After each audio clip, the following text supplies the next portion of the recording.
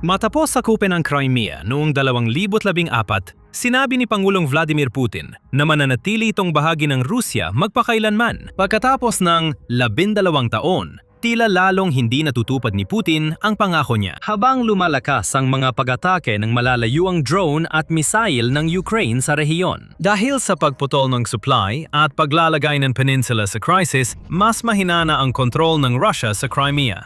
Maaring sumuko na si Putin sa pag-asang mapanatili ang rehiyon. Pinatutunayan ito ng kilos ng sarili niyang tao, kaya hindi na ito nakakagulat sa mga historiador. Maraming malalaking makapangyarihang bansa ang nagangkin ng kontrol sa Crimean Peninsula sa paglipas ng panahon. Ngunit wala ni isa sa kanila ang nakapaghawak nito ng tuluyan. Ang pinakaunang naitalang pananakop sa rehiyon ay naganap pa noong 513 BCE. Noon, ang Imperyong Persyano sa pamumuno ni Darius ang Una ay naglunsad ng malaking kampanya sa rehiyon. Sa paglipas ng mga siglo, napunta ang kontrol sa Griego, Romano at Imperyong Byzantine. Noong ika-14 na siglo, sinalakay ng Golden Horde ang lungsod ng Kaffa sa Crimea, na noon ay hawak ng mga Genoese at kilala ngayon bilang Feodosia. Pinalibutan at inatake ng mga Mongol ang lungsod mula 1343 hanggang 1346 hanggang sa sila ay dumanas ng malawakang pagkalat ng bubonic plague. Hindi sila itigil ang pagkubkob at umuwi. Kaya nagplano ang mga umaatake ng isa sa mga pinakaunang halimbawa ng biolohikal na pakikidigma sa mundo. Ipinukol nila ang mga bangkay na may salot sa lungsod, kaya napilitang tumakas ang mga Genoese at kumalat ang Black Death sa Mediterranean at lampas pa. Sa mga sumunod na siglo, ang Crimea ay nakaranas pa ng maraming pagkubkob, pananakop at matatapang. Ngunit sa huli ay walang saysay na mga pagtatangkang lumaban hanggang sa huli. Halimbawa, nagkaroon ng maalamat na pagkubkob sa Sevastopol na naganap noong digma ang Crimean at tumagal ng halos 1 taon mula Oktubre 1854 hanggang Setyembre 1855. Kasama dito ang koalisyon ng mga magkakaalyadong kapangyarihan gaya ng Britanya, Pransya, Imperyong Ottoman at Sardinia. Pinalilibutan at binobomba ang lungsod na ipinagtanggol ng mga Ruso sa pagbuo ng maraming kuta sa paligid. Sa kabila ng sakit, lamig at gutom, patuloy na lumaban ang Allied forces. Sila pa rin ang nagwagi sa huli, kaya napilitang tumakas ang natitirang Ruso. Noong 1920, naging base ang Crimea ng anti-Bolshevik White Army sa digmaang sibil sa Rusya. Tinangka ng natitirang puwersa na ipagtanggol ang Perekop Isthmus, makitid na lupain sa pagitan ng peninsula at mainland laban sa Red Army. Nabigyan nila ng oras ang halos 150,000 sundalo at sibilyan na makatakas sa dagat papuntang Istanbul. Ngunit, kalaunan natalo rin sila ng kalabang puwersa. Ipinakita ng ikalawang digmaang pandigdig na imbes na maging matibay na kuta. Ang Crimea ay isa sa pinakamahihirap na lugar sa mundo na panatilihing hawak. Noong 1941 nang putulin ng akses ang mga rutang lupa sa Crimean Peninsula, umatras ang mga sundalong Soviet sa Sevastopol. Ilang beses nabigong sakupin ng mga Aleman ang lungsod noong huling buwan ng taon bago sila nagtipon ng malaking puwersa at binumba ang Sevastopol gamit ang malalaking kanyon ng tren at pambubumba ng Luftwaffe. Pagsapit ng Hulyo, 1942, halos bumagsak na ang mga depensibong linya ng mga Soviet, kung saan 10,000 sundalo ang napatay o nabihag at nakuha ng Axis ang kontrol sa Crimea. Pagkalipas lang ng 2 taon, 1944, muling nabawi ng mga Soviet ang kontrol at ginaya ang estratehiya ng mga Nazi sa pagputol muna sa hukbong Aleman sa lupa bago ituon ang matinding putok sa mismong Sevastopol. Bagamat magkaiba ang detalye, marami sa mga halimbawang ito ang nagpapakita ng likas na hamon sa pagpapanatili ng kontrol sa isang lugar tulad ng Crimea. At ang mga hamong yon ay nauuwi sa isang simpleng bagay. Isang bagay na kahit pinakamakapangyarihan at pinakamayayamang bansa ay hindi tuluyang makokontrol. Heograpya. Ang kakaibang heograpya ng Crimea ang pinakamalaking lakas at kahinaan nito. Pinoprotektahan ito ng malalawak na anyong tubig sa silangan, kanluran at timog. Ibig sabihin nito, limitado lang ang daan sa lupa. Libu-libong taon, ang tanging landas papasok o palabas ng Crimea ay sa hilaga, dumadaan sa katimugang Ukraine. Kahit mayaman ang peninsula, hindi pa rin ito sapat sa sarili. Sinumang gustong magkontrol dito ay kailangang magpasok ng pagkain, gasolina, tubig at iba pang supply. Mahalaga ang mga linya ng supply. Sa napakaraming pagkakataon sa kasaysayan, ang mga mananakop ay nagtuon ng pansin sa pagputol ng mga linyang iyon upang gawing imposibleng makontrol ng kanilang kalaban ang Crimea. Kapag tumigil na ang daloy ng pagkain at gasolina, oras na lang ang bibilangin bago mapilitan ng mga mananakot na itaas ang puting bandila o umatras. Paulit-ulit na nating nakita ang ganitong senaryo sa kasaysayan. Muli at muli, ang pagkakabukod ng peninsula ang nauna bago matalo ang mga tagapagtanggol nito. Hindi mahalaga kung gaano kataas ang kanilang mga pader ng kuta, gaano karaming mga depensa ang itinayo nila, gaano karaming mga trench ang hinukay nila, o mga bunker na ginawa nila. Kahit gaano sila kagaling lumaban sa mga sumalakay na lumalapit, mapipilitan pa rin silang sumuko kapag naubos ang kanilang pinagkukunan. Ang mga aral ng kasaysayan ay totoo pa rin na yon. Pagkatapos ang kini ng Crimea, mukhang naniwala si Putin na tapos na ang mahirap na bahagi. Sa totoo lang, doon pa lang nagsisimula ang totoong laban. Ang pagkuha sa peninsula ay hindi naman talaga ganoon kahirap. Ang pagpapanatili nito ang tunay na hamon. Mukhang naintindihan ni Putin ito. Posibleng nakaimpluwensya ang kasaysayan sa utos niyang ipatayo ang Kerch Strait Bridge tulad ng 12 milyang, 11 na kilometro ng inhenyeriya na nagkakahalaga ng halos $4 na bilyong ang nagdugtong sa silangang Crimea sa mainland Russia at nagbukas ng bagong daanan papunta at palabas ng peninsula. Nang ipag-utos niya ang malawakang pananakop sa Ukraine noong 2022, nakatuon din si Putin sa mga pangunahang rehiyon na kailangan niyang makuha para ganap na makontrol ang tinatawag na land corridor na nag-uugnay sa Russia at Crimea, kabilang ang Donetsk, Zaporizhia at Kherson. Malinaw ang lohika. Kung hawak ni Putin ang mga teritoryo sa paligid ng Crimea, walang paraan para sa kalaban, Ukraine man o NATO, maputol ang supply at mahiwalay ang rehiyon. Oo, iyon ang akala nila. Nakapagbuo ang Ukraine ng bagong estratehiya para maputol ang koneksyon ng Crimea kahit hindi nito kontrolado ang Kherson o Zaporizhia. Isang estratehiya na isakatuparan sa pamamagitan ng Middle Strike Campaign na nagsimula noong unang bahagi ng Abril 2026. Gumagamit ang mga puwersang Ukrainian ng mga one-way attack drone para targetin ang mga rutang pangtransportasyon at mga sentrong lohistikal ng Russia na nagsusuplay sa Crimea. Simula nang magsimula ang kampanya, nakita nating dumami ang pag-atake sa lohistika militar ng Kremlin sa mga sinakop na rehiyon ng Ukraine, lalo na sa Novorossiya Highway. Isang pangunahing kalsada mula internasyonal na hangganan papuntang Crimea na matagal ng pangunahing ruta ng Russia para magdala ng tropa, kagamitan, pagkain at gasolina sa peninsula. Tinawag na ngayon ng mga sundalong Ruso at military blogger ang highway na iyon na Highway of Death dahil sa matinding drone strike ng Ukraine na nagdulot ng mga nasusunog na truck at wasak na convoy. Nakatuon din ang Ukraine sa pagputol sa lahat ng iba pang koneksyon papunta sa peninsula, paulit-ulit na inaatake at binabantaan ang Kerch Strait Bridge, sinisira ang mga railway ferry ng Russia at mga barko ng tinatawag na Shadow Fleet papuntang Crimea. Sa halip na maglunsad ng magastos na ground assault na posibleng magdulot ng malaking pagkalugi at magpahina sa Ukraine sa ibang bahagi ng linya ng labanan. Sa halip, matalinong ginamit ng mga puwersa ng Kiev ang kanilang patuloy na lumalaking hukbo ng drone upang gawing pinakamahirap para sa Russia na magpadala ng supply o magpadala ng dagdag na puwersa sa Crimea. Maaring hindi ito halata sa unang tingin, pero gaya ng sinabi kamakailan ni retiradong opisyal ng hukbong sandatahan ng Estados Unidos na si General Ben Hodges sa isang panayam sa Global Gambit, ito ay sa totoo lang mga klasikong taktika ng pagkubkob. Sabi ni Hodges, determinado ang Ukraine na ihiwalay ang peninsula sa pamamagitan ng pag-atake sa infrastruktura ng transportasyon na pinagdedependehan nito. Ipinaliwanag ng dating Commanding General ng United States Army Europe na maraming umaalis sa lugar. Hindi lang mga dismayadong bakasyonista, pati ilang opisyal ng gobyerno at mga tao ay napapansin na nagiging bitag ang Crimea at sinusubukang umalis. Ayon sa opisyal ng Russia, posibleng tinanggap na ni Putin na wala na siyang kontrol sa peninsula. Bago natin talakayin ang sinabi,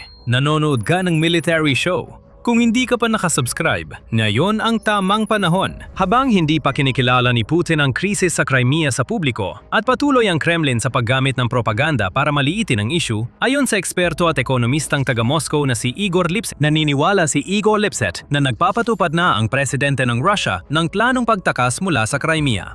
Sa isang panayam kay Mark Feigen, dating miyembro ng State Duma ng Russia at nayoy human rights activist, ayon kay Lipset, nagsisimula ng umatras si Putin sa Crimea at naghahanda ng paliwanag para bigyang katwiran ito sa publiko.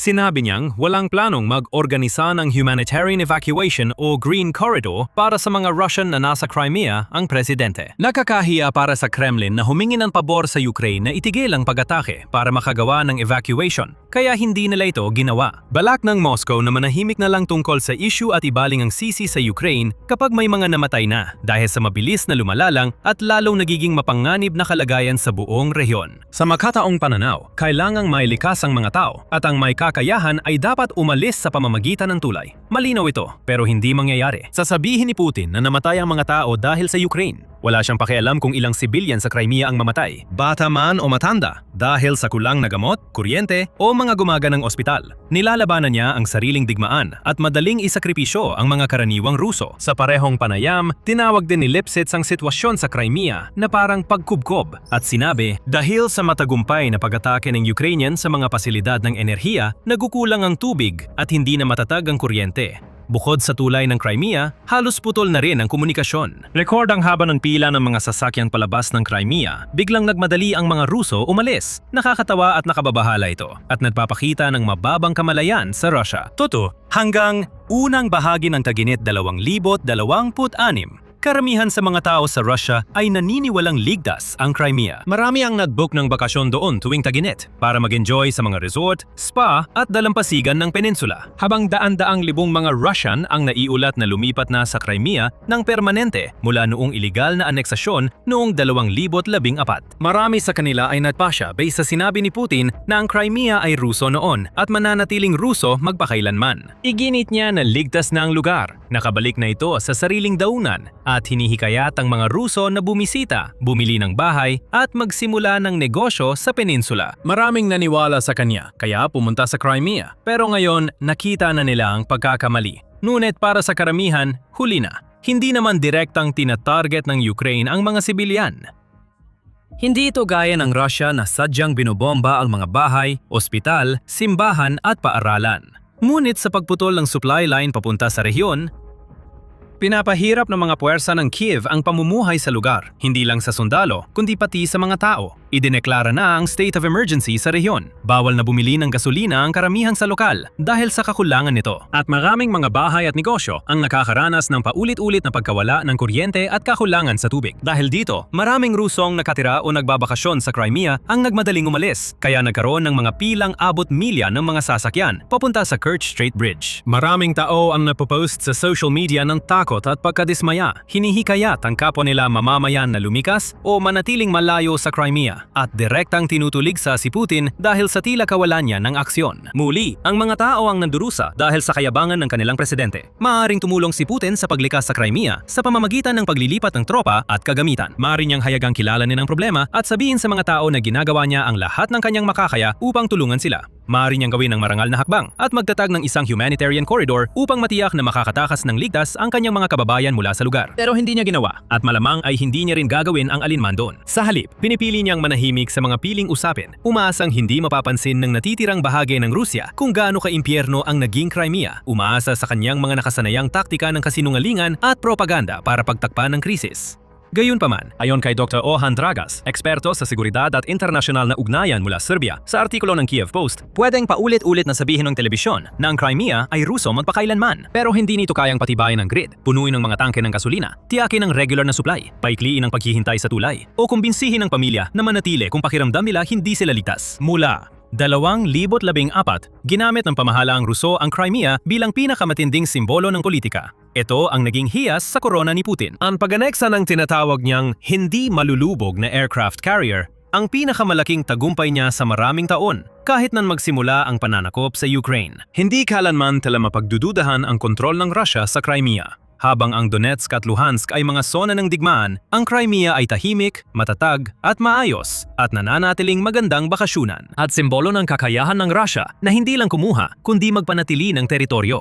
Ano man ang takbo ng tinatawag na espesyal na operasyong militar sa Donbas, malamang iniisip ni Putin na aawitin ng mga susunod na henerasyon ng Ruso ang kanyang pangalan at ipagdiriwang ang kanyang pamana kahit wala na siya, habang patuloy silang nag-e-enjoy sa Black Sea sa mga susunod na dekada. Binuwag ng Ukraine ang pangarap na iyon. Ibinalik si Putin sa realidad dahil sa kanilang kahangahangang Middle Strike campaign. Sa pagkatuto sa nakaraan, ginaya nito ang Allied Coalition sa Crimean War, Red Army sa Russian Civil War, at Axis powers sa ikalawang digmaang pandaigdig. Inihiwalay ang tangway, pinutol ang supply, at halos imposibleng mapanatili. At hindi mahalaga kung aminin man ito ni Putin o hindi. Ang mga katotohanan sa aktwal na sitwasyon ang nagsasalita para sa kanilang sarili. Palpak ang lohistika, hindi gumagalaw ang mga rekurso at nagkakagulo na ang mga tao. At lahat ng palatandaan ay nagpapahiwatig na hindi gaganda ang sitwasyon sa lalong madaling panahon. Sa katunayan, malamang na lalo pa itong lumala. May mga sandata na ang Ukraine na kailangan nila para ipagpatuloy ang kanilang kampanya at nagsimula na silang paigtingin ang kanilang mga pag-atake na mas marami ang naitala ngayong Hunyo kumpara noong Mayo halimbawa. Pinasabog din ito ilang barko ng Shadow Fleet na tinangkang gamitin ng Russia para magdala ng supply sa Crimea. At malinaw na kaya nitong umatake o sirain ang Kerch Strait Bridge kung gusto nila. Noong unang taon ng digmaan, hindi lang bakasyunan ng mga Ruso ang peninsula, kundi malaking sentro rin ito ng militar at lohistika. Isang timog na base na dati ginagamit ng Kremlin para umatake sa Kherson at Zaporizhia o maglunsad ng mga misil at dagsa ng drone sa mas malalim na bahagi ng Ukraine. Pero hindi na ito ganoon na yon.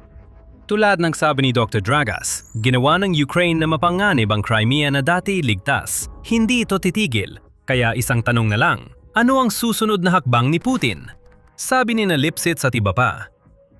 Maaring hindi kayanin ng Pangulong Ruso ang matinding pressure. Ayon kay Dragas, pwede niyang subukang hatiin ang krisis sa sunod-sunod na maliliit na palusot. Gumawa ng kwento tungkol sa sabotahe at teknikal na aberya sa reyon. Sinisisi ang lokal na administrasyon sa hindi papapanatili ng sapat na pamantayan ng pangangasiwa at kontrol. At kalaunan ay akusahan ng Ukraine ng malupit na pag-atake sa inosenteng mamamayang Ruso. Ganito ang kilos ni Putin. Laging naghahanap siya ng masisisi at iniiwasang mapunta sa kanya ang sisi.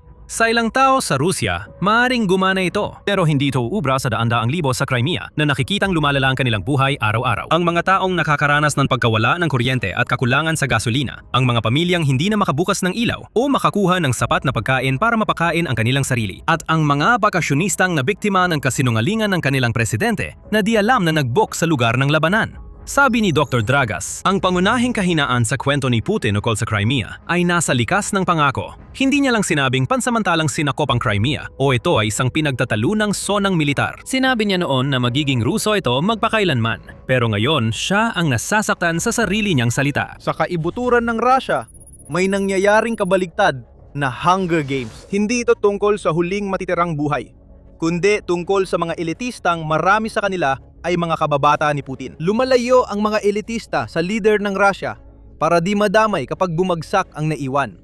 Sa estilong Hunger Games, sila ay nag-aaway at nagtatraidoran, pati kay Putin. Bumabagsak ang Russia dahil sa pagtataksil, politikal na manyobra at paglikas. Saksi tayo sa aktual na pagbagsak ng Russia, pero ito ay nagaganap malayo sa labanan. Hindi ito hayagang paglikas sa Russia. Wala kang makikitang pribadong eroplano na umaalis kasama ang mga malalapit kay Putin na iniiwan siya. Hindi mo rin maririnig sa kanila ang malinaw nilang planong pantaksilan siya. Hindi ganun gumagana ang mga bagay sa Russia. Maraming nangyayari ngayon sa dilim. Huwag magkamali. Umaalis na ang mga elite habang may oras pa. Pero hindi sila pisikal na umaalis.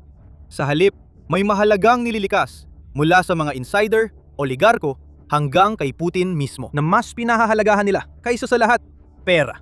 Habang ang pagsalakay ng Russia sa Ukraine ay gumagastos ng $827 milyong bawat araw. Habang walang ipinapakitang senyales si Putin, natitigil siya dahil nilamon na ng kanyang obsession sa Ukraine ang buong pagkatao niya. Tahimik nang umaalis ang mga lalaking sumusuporta kay Putin. Kabaligtaran ito ng Hunger Games. Si Putin ang maiiwang bumagsak habang ligtas ang iba. Naubos ng oras ng rehimen ni Putin dahil mas kailangan na yon ng Russia ng pera kaysa dati para ipagpatuloy ang pananakop. Ginagawa ng mga nasa loob at elite ang lahat para hindi makuha ni Putin ang kanilang pera. Ibinunyag ng Bloomberg noong Hulyo 16 ang laki ng paglikas at binanggit na ilan sa pinakamayayamang Ruso na malapit kay Putin ay kabilang dito. Nagpapadala ang mga elite ng bilyon-bilyong dolyar sa ibang bansa para hindi makuha ni Putin at iwasan ang panganib ng pagiging malapit sa kanya. Kahit pa parang namamalimos siya ng donasyon para sa layunin niya. O isang diktador na presidente na diretsahang kinukuha ang mga ari-arian na hindi kusang ibinibigay sa kanya. Simple lang ang ideya. Kung wala sa bansa ang pera, wala nang magagawa si Putin para makuha ito. Ayon sa Bloomberg, tinatayang 10 bilyong dolyar ang nailabas base sa sinabi ng 6 na mayayamang Ruso at iba pang pamilyar sa elite ng Russia na pare-pareho ang sinabi nila. Marami sa pinakamayayamang Ruso ang malakihang binabago ang kanilang mga investment portfolio. Maraming nag-i-invest sa cryptocurrency at ginto. Ang iba ay nag-iipon sa dayuhang investment fund at ari-arian. Ang rehiyon ng Gulf, particular na ay lalo pang nagiging kanlungan para sa mga gustong ilayo ang kanilang yaman kay Putin. Hindi dapat ikagulat ito ng leader ng Rusya. Siya mismo ang gumawa ng sitwasyong ito para sa sarili niya. Naniwala si Putin na siya ang humubog sa marami sa mga kasalukuyang oligarko ng Rusya para maging kung ano sila ngayon. Binigyan niya sila ng sobrang yaman kapalit ng hindi pag-istorbo sa sistema. Akala niya mananatiling tapat sa kanya ang mga taong iyon sa oras ng pangangailangan. Pero nagkamali siya. Kapag binili mo ang mga taong pera lang ang habol, hindi na ibabalik ng mga taong yon ang pera kapag siningil mo na sila. Sinusubukan ni Putin. Nabanggit natin ang mga donasyon kanina. Sa huling bahagi ng Marso, iniulat ng Guardian na humihingi si Putin ng pera mula sa Russian elite para pundohan ang kanyang digmaan. Alam ng mga elite ang araw-araw na gastos at nalumampas na sa 100 at 60 bilyong dolyar ang gastos sa depensa ng Russia na patuloy pang tumataas. Karamihan ay hindi pinansin ang panawagan para sa donasyon. Naghasik din si Putin ng kawalan ng tiwala sa loob ng kanyang sariling kampo. Simula noong 2024, ang mga autoridad na inaprubahan ng Kremlin ay regular na nagsasagawa ng pagsamsam ng mga ari-arian na tinatarget ang ilan sa pinakamayayamang tao sa Russia, lalo na ang mga nagtangkang panatilihin ang anumang uri ng ugnayan sa labas ng Russia. Hanggang doon lang ang kayang gawin ng mga pagsamsam para kay Putin.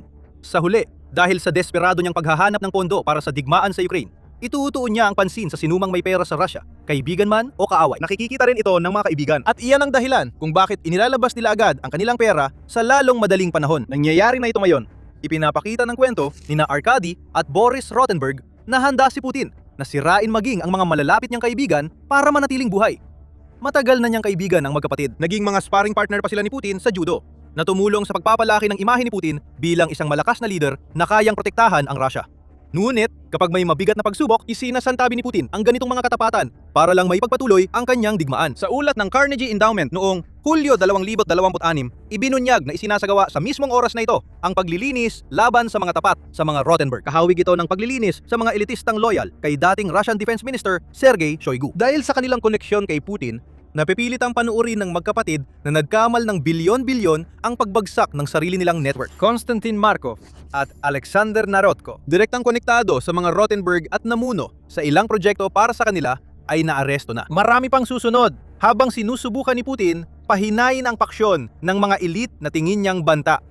Kailangan aprubahan lahat ito ni Putin. Alam yan ng magkapatid na Rotenberg, ang kanilang kaibigang kababata na siyang nagpayaman sa kanila, ay ngayon sila naman ang pinupuntirya. Hindi lang dahil sa impluwensya nila sa politika, kundi dahil sila ang may kontrol sa maraming pribadong kumpanya. At gusto ni Putin ang kinikita ng mga iyon. Hindi natin alam kung ang mga Rotenberg ay kabilang sa mga elitista na naglalabas ng kanilang pera mula sa Russia sa ngayon. Sila ay magiging baliw kung hindi nila gagawin yon. Tungkol naman sa iba pang mga tagaloob ng Russia na inilalabas ang kanilang pera habang kaya pa nila.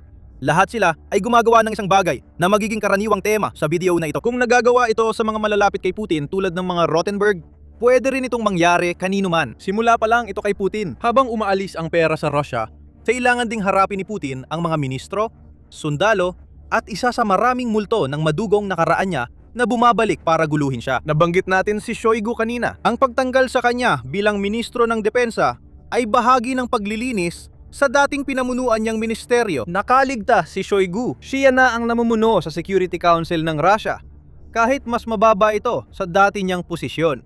Yung iba, hindi kasing swerte. Naaresto ang ilang dating deputy ni Shoigu, gaya ni na Pavel Popov, Timur Ivanov at Ruslan Salikov dahil sa mga kasong korupsyon. Isa itong paglilinis gaya ng sa Rotenberg Network, ngunit nangyayari ito sa pinakamataas na antas ng kapangyarihan sa Russia. Tinututukan ni Putin ang mga ministro na hindi na niya kailangan o mapakinabangan. May ilang ministro na lumalaban. Tumakas si Denis Butsayev, mataas na opisyal sa Ministry of Natural Resources and Environment ng Russia, papuntang US matapos siyang sibakin bago pa masampahan ng kaso. Ito ang unang beses na isang kasalukuyang ministro ay tumakas mula Russia mula nang magsimula ang digmaan, at malamang marami pang susunod. Sa State Duma, napipilitan si Putin na harapin ang mga ministro gaya ni Gennady Zyuganov, pinuno ng Communist Party, na tinutulig sa siya sa pagdadala sa Russia sa digmaang mauuwi lang sa pag-uulit ng mga pangyayari noong 1917 ang tuluyang pagbagsak ng sistema ni Putin. Isang salita lang ang bagay dito: kaguluhan. At may iba pa, may banta ng pag-aaklas sa militar ng Rusya. Noong huling Hunyo, sinabi ng veteranong Ruso na si Alexander Lunin na ang kalupitan ng mga komandante ng Rusya sa mga sundalo ay maaaring magdulot ng pag-aaklas. Humiling si Lunin kay Putin ng direktang pag-uusap at sinabing may mga ministro mula sa Interior at Defense Ministry ng Rusya na nag-udyok sa kanya magsalita. Marami pang traidor sa paligid ni Putin. Inaresto agad si Lunin dahil sa kanyang pagwawala At tila na lang siyang naglaho matapos siyang tawaging may sakit sa pag-iisip ng Kremlin. Pero ang mga panawagang ito para sa pag-aaklas ay tiyak na nagdulot ng takot kay Putin dahil pinaalala nito ang pag-aalsa ng Wagner. Maaring natatandaan mo ang pag-aalsang yon at ang taong namuno rito, si Yevgeny Prigozhin. Inasikaso siya ni Putin. O dapat ba nating sabihin, opisyal. Isang pagbagsak ng eroplano ang nagpatanggal kay Prigozhin matapos niyang subukang pamunuan ang isang pag-aaklas gamit ang kanyang puwersang paramilitar ng Wagner. Hindi kailangan ni Putin ng isa pang pag-aalsa ngayon. Pero posible itong mangyari. Nagbabala si Lunin tungkol dito. Muling nagpapakita ang multo ng nakaraan ni Putin. Si Pavel, anak ni Yevgeny Prigozhin, na yon ang namumuno sa maliit na grupo ng Wagner mercenary sa Africa na may 500 sundalo. Tumanggi silang sumali sa bagong bersyon ng Wagner na naisama na sa estado ng Rusya. Sa halip, lantaran silang sumasalungat kay Putin, pinapatakbo ang tinawag ng Wall Street Journal na sariling maliit na imperyo ng suwail na warlord na di kontrolado ni Putin. At sa lahat ng ito, ang kontrol ang siyang pinakamahalagang punto. Kontrol lang ang kailangan ni Putin para mapanatili ang kanyang bersyon ng Russia at kapangyarihan parang padrino ng mafia. Nagtayo si Putin ng sistemang batay sa korupsyon at kasinungalingan at pinalakas ang mga taong inaasahang susuporta sa kanya. Ngunit, nagsisimula na itong gumuho at mabilis nang inilalabas ng mga nasa loob ng sistema ang pera palabas ng Russia. Nagsisimula ng magsalita, tumakas sa Russia o maaresto ang mga ministro. Lalo lang itong nagpapalala sa bantang naglalagablab sa Kremlin. May usap-usapan ng pag-aaklas. Hayagang minamaliit ni anak ng dating nag-aklas si Putin na matagal nang naglalaro gamit ang lutong baraha. Ngayon, nawala na ang mga baraha niya. At sa bersyong ito ng Reverse Hunger Games, sana'y hindi kailanman pabor sa kanya ang pagkakataon. Ang malaking tanong ngayon ay kung bakit nangyayari ang lahat ng ito. Ang simpleng sagot ay nasa epekto ng kumapalpak na digmaan ni Putin sa mga elite at mga nasa loob ng sistema. Pero mas malalim pa roon. Mas malalim pa talaga. Paalala muna na militar na palabas ang pinapanood mo bago ipaliwanag kung paano. Sinisiyasat namin ang higit pa sa mga headline para maibigay sa iyo ang buong kwento. Kung nagustuhan mo ang nakikita mo, pindutin mo na ang subscribe na yon. Kaya ano ba talaga ang nangyayari? Bumagsak ang ekonomiya ng Rusya na masama para sa sistemang umaasa sa tuloy-tuloy na pera sa mayayaman para sa kanilang katapatan. Wasak ang ekonomiya nila ngayon.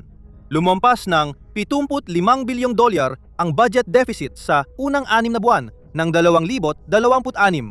Mahigit 51 bilyon ang sobra sa target ng Rusya para sa buong taon. Problema ng Rusya, kulang ang liquid assets para matakpan ng deficit. Kaya nangungutang sila ng malaki. Ang susunod na bayad sa mga utang ng Rusya ay halos $12 bilyong. Nakatakdang bayaran ito kasabay ng paglabas ng video. Hindi pwedeng tumangi ang Kremlin dahil magdudulot ito ng matinding hyperinflation na tatalakayin natin mamaya. Ayon sa Fortune, ang ekonomiya ng Rusya ay ilusyon lamang at nakatayo sa utang. Malapit nang sumiklab ang krisis sa mga bangko. Matagal nang sinusuportahan ng Rusya ang pautang. Kaya ngayon, 10% ng corporate loans ng mga bangko ay hindi na mababayaran. Kasama pa ang 15% ng retail loans. Malaking halagang hindi na bumabalik sa pangunahing institusyong pinansyal ng Rusya. Noong 2025, mahigit 500,000 Ruso ang nagdeklara ng pagkabangkarote. Sinisira na ng implasyon ang buhay ng milyon-milyon dahil napipilitan silang gumastos ng hanggang 167% higit para sa mga pangunahing pagkain sa 2026 kaysa noong 2024 dahil sa mga pag-atake ng Ukraine sa refinery, pagpapadala at truck ng gasolina na nagdulot ng krisis sa gasolina sa Russia. Mataas ang panganib ng stagflation. Hinto ang paglago at taas ang implasyon. Ibinabalik tayo niyan sa issue ng hyperinflation. Inahahap ng Russia ang krisis na ito sa ekonomiya habang meron itong malalaking utang na kailangang bayaran. Hindi pinapaganda ni Putin ang sitwasyon.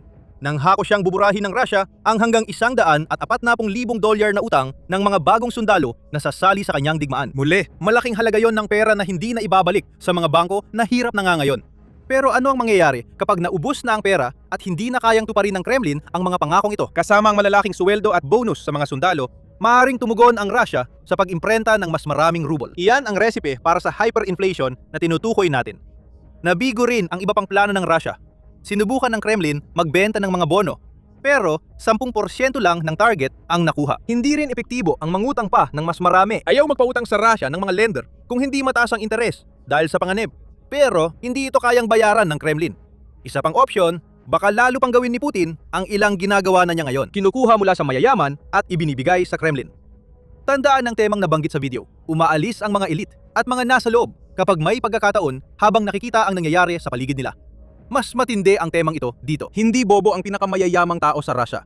Nakikita nila ang matinding kaguluhan na nilika ni Putin para punduhan ang kanyang pananako. At alam nilang wala nang magagawa ang anumang subukan ng Kremlin para makatulong. May pera ang mga nasa loob at lalapitan sila ni Putin kung magpatuloy ang digmaan sa Ukraine. Ilabas mo na ang pera para wala naman nakaw. Ang matinding kalagayan ng ekonomiya ng Rusya ay isa sa mga dahilan kung bakit nakikita natin ang paglabas ng pera. At marami pang ibang hindi pagkakasya na natalakay natin. Pero may isa pang dahilan. Ang mga malalapit kay Putin ay pangunahing mga negosyante.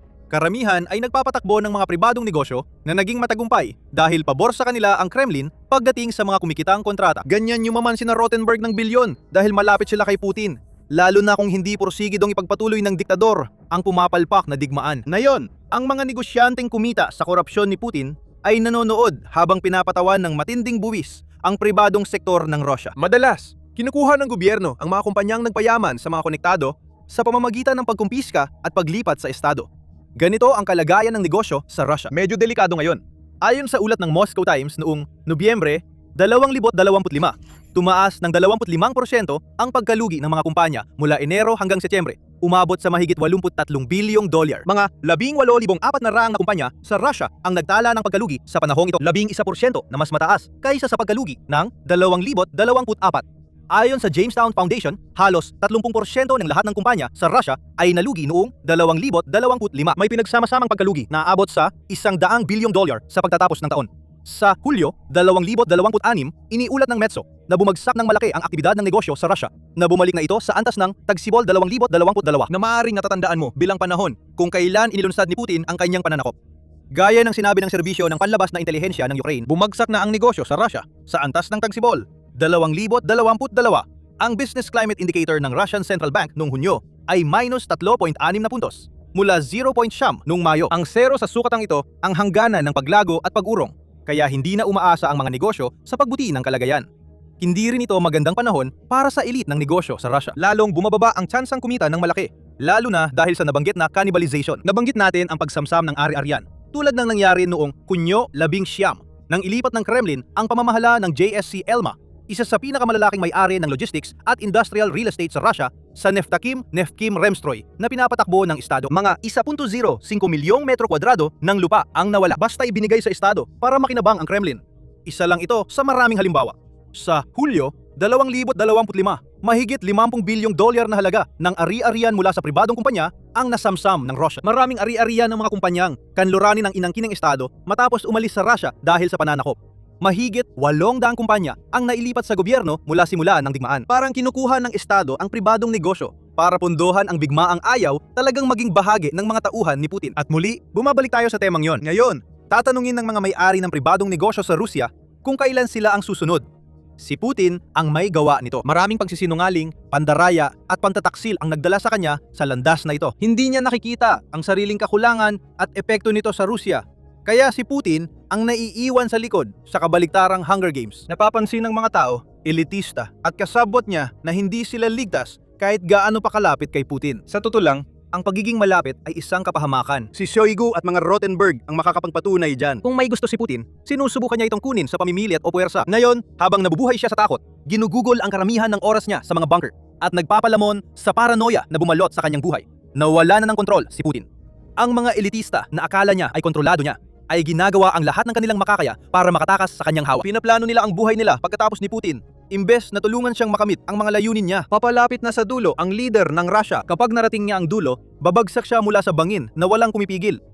Kwento itong kasing tanda ng panahon kung saan ang diktador mismo ang gumagawa ng sariling pagbagsak. Gayunpaman, hanggat nananatili si Putin sa kapangyarihan, magpapatuloy ang Russia sa pababang landas. At hindi lang namin tinutukoy ang usaping pang-ekonomiya. Paparating na ang mga Ruso. Pero sa pagkakataong ito, hindi Ukraine ang pakay nila, si Putin ang pakay nila. Sa matinding pagwawala sa social media, isang veteranong sundalong Ruso ang nagbunyag ng tunay na kalagayan ng hukbo ni Putin. May aligasyon ng pang-aabuso.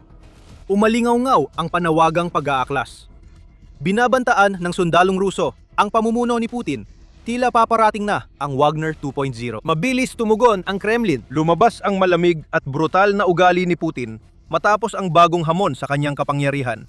At tila ang pinakamalaking banta sa Russia ay ang sariling bansa nito. Ibinunyag ni Alexander Lunin, dating komandante ng Reconnaissance Squad ng hukbong Ruso, ang tunay na buhay militar sa ilalim ni Putin. Dati siyang kasapi ng Suda Sudokhov Volunteer Battalion. Direktang binatikos ni Lunin si Putin, ang militar, at pamunuan ng Kremlin na sinabing pinahihirapan at inaabuso ng mga komandante ang mga sundalong Ruso. Madalas walang saysay ang mga utos na natatanggap nila. Parang pagpapakamatay at tila para lang magpadala ng mas marami pang tao sa katayan. Hinilini ng direktang pagpupulong kay Putin para ilahad ang katotohanang di sinasabi ng ibang opisyal. Madalas, tinatabunan lang ng Russia ang ganitong bagay. Ano nga ba ang isang hindi nasisiyahang sundalo sa isang hukbong binubuo ng milyon-milyon? Sa totoo lang, pero hindi tumigil si Lunin sa pagsisiwalat sa militar ng Russia at mga abuso nito. Ayon kay Lunin, kung hindi natuloy ang pagkikita kay Putin, maaring tuluyang magwakas ang pananakop ni Putin sa Ukraine. Nagbabala si Lunin ng paparating na pag-aaklas at sinabing ang tanging paraan para mapigilan ito ay maunawaan ni Putin kung paano tinatrato ng mga commander ang kanilang mga sundalo. Kung hindi ako makarating sa Kremlin sa mga susunod na araw at hindi ako magpakita ng live sa ere kasama ka, itutok ng hukbo ang kanilang mga armas laban sa Kremlin. Idiniklara ito ni Lunin kasabay ng mga ulat ng pagpupulong niya sa matataas na opisyal ng Russian Defense Ministry at mga miyembro ng mga serbisyong pansiguridad ng Russia. Malinaw ang mensahe. Binalaan ni Lunin si Putin tungkol sa pag-aaklas na maaring suportado ng ilang matataas na opisyal ng rehimen ng Pangulong Ruso. Hindi ito hungkag na banta. Babala ni Lunin sa pagtatapos ng mensahe niya. Hindi maaring palampasin ang menseng ito nang hindi napapansin. At kung umaasa pa ang Kremlin na maitago pa rin ang lahat ng ito, nabasag ang mga pag-asang iyon sa loob lamang ng 24 na oras matapos maging live ang mensahe ni Lunin. Ganon kabilis nakakuha ng nakakagulat na 12 milyong views sa iba't ibang social media platforms ang babala ng dating sundalo. Hindi na ito kayang isantabi ni Putin. Nakalabas ng babala at maraming Ruso ang nakapanood nito. Ngunit naging kakaiba ang mga nangyari nang mag-viral ang video. Mukhang sinubukan ni Lunin bawiin ang ilan sa kanyang sinabi. Sinabi niya na hindi siya aktibong naghahanap o nananawagan ng kudeta matapos magdulot ng atensyon ang kanyang mensahe, kundi umaasa lang siyang maiparating ang impormasyon tungkol sa totoong kalagayan na dinaranas ng mga sundalong Ruso sa kanilang hukbo. Binigyan diin niya na ang mga opisyal ng Ministry of Defense at Security Service ang nag-udyok sa kanya na ilantad ang mga isyung ito. Ayon sa Radio Free Europe, Radio Liberty, walang ebidensyang ipinakita sa kanyang pahayag. Ngunit hindi ito nakakagulat. Walang mataas na opisyal mula sa alinman sa mga organisasyong ito ang maglalantad ng kanilang sarili sa pamamagitan ng pagsuporta sa isang mensaheng sumisira sa ilusyon kung saan masayang namumuhay si Putin. Ipinahiwatig din ng mga sumunod na pahayag ni Lunin na anumang pag-aaklas ay mangyayari ng tahimik at walang lalapit sa kanya upang magbigay ng babalak. At bukod pa rito, mabilis na binawi ni Lunin ang kanyang kahilingan para sa isang personal na pakikipagkita kay Putin. At sa halip ay iginiit na nais lang niyang ipaalam sa lider ng Russia ang tungkol sa pang-aabuso at suhulan na nangyayari sa loob mismo ng kanyang militar. Isang halos agarang pagsalungat. Marahil si Lunin, na dati ring kilala bilang Alexander Postolov, ay nagsisimula ng matakot. Ngunit sa kabila ng lahat ng mga pagsalungat na ito, may ginagawa si Lunin na magpapakita na seryoso siya sa kanyang mga pahayag tungkol sa nalalapit na pag-aaklas. Aktibo siyang gumagawa ng mga hakbang para patunayan ang kanyang mga sinabi sa mga araw matapos niyang ipadala ang kanyang mensahe. Ayon sa United 24 Media, nagsimula siyang mangalap ng testimonya mula sa ibang sundalong Ruso tungkol sa mga pang-aabusong naranasan nila.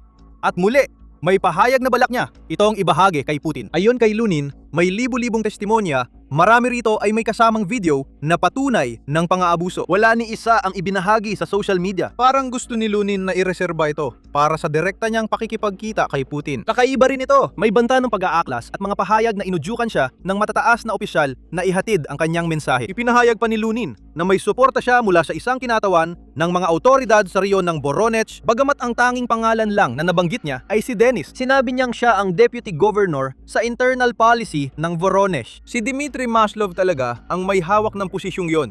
Ayon sa agent Svo News, mukhang si Lunin ay niligaw ng mga opisyal na ginagamit siya para ilantad ang totoong mga problema sa hukbong Ruso. O kaya naman ay bumigay na siya at wala nang pakialam sa mangyayari sa kanya basta't may makikinig.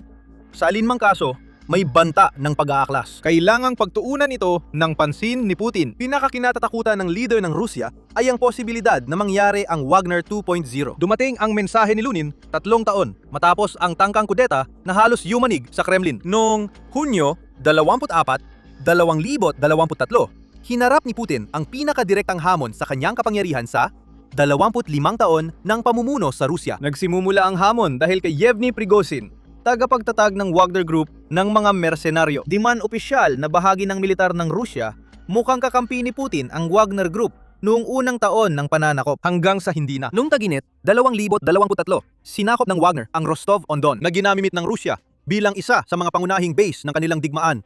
Kulang ng kaunti sa 1 taon at kalahati na ang nakalipas. Inorganisa ni Prigozhin ang martsa para sa katarungan habang nagmartsa ang Wagner mula Rostov-on-Don papuntang Moscow. Hindi mapayapa ang martsa.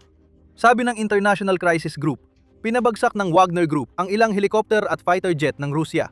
Kaya tinawag itong pagtataksil ni Putin. Natapos ang pag-aaklas kinabukasan matapos itong mangsimula. Nasa 200 kilometro na lang mula Moscow ang mga sundalo ni Prigozhin nang sabihing lilihis sila patungong Belarus para makipag-usap kay Pangulong Alexander Lukashenko. Nagkasundo at natapos ang kudeta ng tahimik, muling ginamit ng Russia ang Wagner sa Ukraine at iba pang lugar. Si Prigozhin naman, hindi na rin siya nagtagal. Hindi nakulong ang dating pinuno ng Wagner. 2 buwan matapos ang Marsa, namatay si Prigozhin sa pagbagsak ng eroplano kasama ang ilang matataas sa kanyang grupong bayaran. Parang hindi aksidente ang tiyempo at laganap pa rin ang chismis na ang Kremlin ang nagplano ng asasinasyon para patahimikin ang pag-atake at tapusin ito. Hindi maikukumpara ang viral na mensahe ni Lunin sa isang martsa na may libu-libong tao. May pagkakatulad ang pag-aaklas ng Wagner at mensahe ni Lunin. Sa kaso ni Lunin, libu-libo raw ang naglabas ng ebidensya ng pang-aabuso na ayon kay Lunin ay laganap sa militar ng Russia. May mga pahayag na tutukan ng baril ang Kremlin at malinaw na panawagan sa pag-aaklas na posibleng magdulot ng Wagner 2.0 kung hindi mapipigilan. At muli, makikita natin ang isang mandirigmang dismayado na nakaranas ang tunay na kalagayan ng digmaan ng Russia sa Ukraine at nagpasya siyang manindigan. Ang ganong klase ng bagay ay hindi nangyayari sa Russia ni Putin. Ipinapakita ng tugon ng Kremlin ang matinding takot ng Pangulo ng Russia na mapatalsik siya ng sarili niyang mga tao. Bago natin talakayin ang tugon, paalala lang na pinapanood mo ang Palabas Militar. Naglalatala kami ng mga video tulad nito araw-araw. Kaya pindutin ang subscribe kung may natututuhan kang bago mula sa aming channel. Ang sagot ng Rusya kay Lunin at sa kanyang mga banta ay tila dumaan sa ilang yugto. Sa una, tila binaliwala ng Kremlin ang video ni Lunin. Si Dmitry Peskov, isa sa paboritong tagapagsalita ni Putin, ay nagkomento noong Hunyo 26 tungkol sa video at sinabing, "Sinabihan kami na may ganoong pahayag pero hindi pa namin ito nababasa." Gayunpaman, iginiit din ni Peskov na ang mga ulat tungkol sa mga sinabi ni Lunin ay tila kakaiba para sa kanya. Kailangan mo ng pag-aralan ng mga opisyal ang video bago magbigay ng opinyon. Kaya't nagbigay ng maingat na tugon ang Kremlin marahil dahil alam ni na Putin at ng kanyang mga kasamahan kung gaano kalawak ang naging epekto ng video at nag-ingat silang huwag agad kumilos. Galing mismo kay Lunin ang balita. May naayos ng pagpupulong. Pero hindi kay Putin mismo. Ang panawagang makipagkita ay nagmula kay Vitaly Borodin, pro-Kremlin aktivista at pinuno ng Federal Project for Security and Anti-Corruption. Di man opisyal na konektado sa Kremlin, ang grupo ay kilala sa pagreklamo laban sa mga kilalang tao bilang bahagi ng pagsisikap ni Putin na sugpuin ang korupsyon sa mga Ruso. Kinuntak ako ni Vitaly Borodin at inimbitahan sa Moscow para ilahad ang aking mga alalahanin at lahat ng mga isyong naipon na ayon kay Lunin. Akala natin magkakaroon ng pagsisiwalat na magdudulot ng pag-aaklas. Pero pinigil yon ng Kremlin. Noong Hunyo 28, ibinalita ng DW na naranasan ni Lunin ang kapalarang inaasahan ng marami nang siya ay naging viral. Siya ay naaresto di umano sa loob ng 11 araw. Gaya ng maraming bahagi ng kwentong ito, magulo at salungat ang mga ulat. Sinabi ni Tatiana, asawa ni Lunin, sa My Life Telegram channel na balak ni Lunin pumunta sa Moscow sakay ng kotse matapos maimbitahan ni Borodin. Nagsimula ang paghahanda noong Hunyo 26, ngunit hindi nakaalis si Lunin sa kanyang biyahe. Kinagabihan, may mga nagpakilalang pulis na dumating sa Lizinovka, Voronezh para hanapin siya. Nakita nila siya habang inaalagaan ni Tatiana ang mga anak nila sa bahay. Sabi ni Tatiana, nabalitaan niya mula sa asawa niyang buhay at maayos ito at hiniling na huwag nang mag-post ng video o impormasyon tungkol sa kanya sa social media. Ibig sabihin, nasa kustodya na si Lunin. Nag-umpisa si Lunin ng sariling bersyon ng Wagner March habang nagmamaneho papunta sa isang lalaking nagsabing tutulungan siyang ilantad ang ebidensya ng pang-aabuso. Isa ba itong patibong? Ginamit ba ng Kremlin ang pangako ni Borodin ng pagkikita para mailayos si Lunin sa kanyang pamilya at maaresto? Alam ba ng Kremlin na ang pagpayag kay Borodin na bigyan ng plataporma si Lunin na maaring maglantad ng di umano'y pang-aabuso ay maaring magdulot ng pag-aaklas na sinabi ng dating sundalo na sasapit kay Putin kung wala siyang gagawin? Maaring hindi na natin malaman. Interesante ring makita kung ang 11 araw na pagkakakulong ay hahaba pa. May mahabang record ang Rusya sa pagpapawala ng mga taong napapasama sa loob ni Putin. Malaki ang tsansa na si Lunin ay matulad sa iba na nagmungkahi ng pagpapatalsik kay Putin, mapunta sa maling panig ng bukas na bintana. 2 bagay ang malinaw sa magulong kwentong ito. Una, napahiya si Putin dahil sa dating sundalong naglabas ng panawagan ng pag-aaklas na napanood ng milyon-milyon. Pangalawa, kahit wala ang mga testimonya na tinatangkang dalhin ni Lunin sa Moscow, maraming ebidensyang naglalantad sa kasindak-sindak na realidad ng paglilingkod sa hukbong Ruso. Lagganap ang pang-aabuso sa militar ng Russia at hindi mo na kailangang maghanapan ng malayo para makita ito. Kahit wala ang mga testimonya na sinasabi ni Lunin na mayroon siya. Ayon sa Radio Free Europe, Radio Liberty, dati nang may mga ulat ng mga sundalong Ruso na pinaparusahan sa pagkulong sa hukay, mga silong, at pansamantalang kulungan kapag tumanggi silang sumama sa mga halos pagpapakamatay na paglusob sa unahan ng digmaan. May mga ulat na nagpapatunay sa sinabi ni Lunin na ang mga commander ay humihingi ng suhol sa mga sundalo para hindi sila isama sa pinakamapanganib na opensiba. May ilang conscript na nagbabayad ng halos $13,000 sa commander para iwasan ang labanan sa Ukraine. Umiiral din ang sadismo sa training ground ng militar ng Rusya, lalo na kung nalaman na naiba sa karaniwan ang isang sundalo. Sinabi ni Artem Biko, dating sundalo sa Radio Free Europe, Radio Liberty, na naitalaga siya sa 273 Artillery Brigade ng Rusya at naging impyerno ang pagsasanay nang malaman nilang siya ay bisexual. Matindi ang pambubuli sa akin. Pinagsuot ako ng 5 bulletproof vest, hirap maglakad, nagsuka, nawala ng malay at bumagsak. Pinagsuot din ako ng gas mask, pinatakbo, pinapagapang at marami pang iba. Para sa akin, parang impyerno yon. Pero simula pa lang pala. Ayon kay Bikov, dagdag pa niya, nasaksihan niya ang regular na pambubugbog gamit ang pamalo, pagpalo ng sundalo sa kamay gamit ang martilyo, at pagkakaposas sa mga radiator. Ang iba naman ay hindi ganoon kaprangka tungkol sa mga pang-aabusong kanilang naranasan. Mas pinipili nilang manatiling hindi kilala habang iniulat nila ang kanilang mga karanasan. Iniulat ng TVP World noong Enero na libu-libong opisyal na reklamo para sa Kremlin ay aksidenteng na i-post online ng pamahalaang Russia. Tugma ito sa karamihan ng sinabi ni Bikov at gustong ipakita ni Lunin kay Putin. Isang mahabang listahan ng mahigit 6,000 reklamo sa Human Rights Ombudsman ng Russia na natanggap mula Abril hanggang Setyembre 2025 nagsalalita tungkol sa mga pamilyang namumuhay sa pangamba para sa buhay ng mga sundalong nasa unahan ng labanan. Mga tropa ay pinarurusahan dahil tumangging sumama sa mga misyon na parang pagpapakamatay. Pinapadala sila sa Ukraine na may dalang bandila ng Russia kaya nagiging target sila. Pati mga naka-wheelchair, pinapadala sa harap para maubos ang bala ng Ukrainian. Ang ulat na ito ay nagdadagdag ng kakaibang detalye sa kwento. Sinabi ni Lunin na may paparating na pag-aaklas at nais niyang ipakita kay Putin ang ebidensya ng pang-aabuso para may magawa ang leader ng Russia bago pa magsimula ang pag-aaklas. Ayon sa ulat ng Enero, marami raw natatanggap na ulat ng pang-aabuso ang Kremlin. Libo-libo sa loob lamang ng ilang buwan at malamang na mas marami pang libu-libong iba pa. Ano ang ipinapakita nito sa atin? Alam ni Putin na abusado ang militar ng Russia. Pero wala siyang pakialam. Ang ganitong mga kwento ay karaniwan na sa militar na gumagamit ng kalupitan at sadismo para itulak ang sundalo nila, kasabay ng pagsunod sa pananaw ni Putin sa pagsakop sa Ukraine. Sinabi ng Geopolitics and Security Study Center noong Marso 2024 na ang kultura ng militar ng Russia ay kilala sa mataas na pagtitiis sa pagdurusa at karahasan. Matagal na itong ugali bago nagsimula ang digmaan sa Ukraine. Ang ideya ay tila para makagawa ng mga brutal na gawain, kailangang malantad ang mga sundalo sa mga ganoong gawain. Kailangan din silang abusuhin mismo. Kailangan nilang manood habang ang mga kasamahan nilang tumatanggi sa utos o gumagawa ng anumang hindi ayon sa sinasabi ng kanilang mga komandante ay pinarurusahan at pinahihirapan. Hindi magbubunyag si Lunin kay Putin. Sasabihin lang niya sa leader ng Russia na ayon sa plano ang kilos ng kanyang hukbok. Kung wala namang bago kay Putin ang ipinapakita ni Lunin, bakit pa ito mahalaga? Ang simpleng sagot sa tanong na yan ay ginawa ni Lunin na publiko ang mga pang-aabusong ito sa mga tao na maaaring hindi pa naririnig ang tungkol dito sa loob ng Russia. At ipinapakita nito na may mga sundalo na sawang-sawa na at handa nang tapusin ang digmaan. Maaring may maganap na pag-aaklas dahil ang pagod sa digmaan ay nagtutulak sa mga lalaking tulad ni Lunin na ilagay ang sarili nila sa panganib sa pamamagitan ng paggawa ng desperadong hakbang. Kung totino ang sinabi ni Lunin na naimpluwensyahan siya ng mga opisyal ng Defense Ministry at Secret Service, posibleng pati mga pinakamalapit kay Putin ay nakakaranas ng parehong pagkapagod. Naghahanap sila ng paraan para makaalis. Maaring ang pagpapatalsik kay Putin na lang ang tanging opsyon. Pagod na ang hukbong sandatahan ng Rusya. Ayon sa Radio Free Europe, Radio Liberty, dumadami ang pampublikong debat sa elite ng Rusya kung ititigil ang digmaan. Lalong tumitindi ang tensyon kahit si Putin ay kinakaharap ang mga miyembro ng Russian State Duma na nagsasabing may darating na revolusyon kahalintulad ng nakita noong 1917. Iyan ang mensahe ni Gennady Zyuganov, leader ng Communist Party ng Russia kay Putin noong Abril, habang binalaan niya na maaaring magdulot ng katapusan ni Putin ang epekto ng kanyang digmaan sa militar at ekonomiya. Para kay leader ng Russia, ang sinabi ni Lunin ay hindi lang basta mga hibang na salita ng isang taong itinulak na sa sukdulan. Ang mga yon ay alingaw-ngaw ng mas pino, ngunit kasing delikadong mga salita na nagmumula sa ilan sa pinakamakapangyarihang tao sa Russia. Sa lupa, patuloy na pakaliit lang ng pag-usad ng Russia sa Ukraine. At sa loob ng Russia, mas marami ng drone ang lumilipad papasok sa teritoryo ni Putin kaysa dati.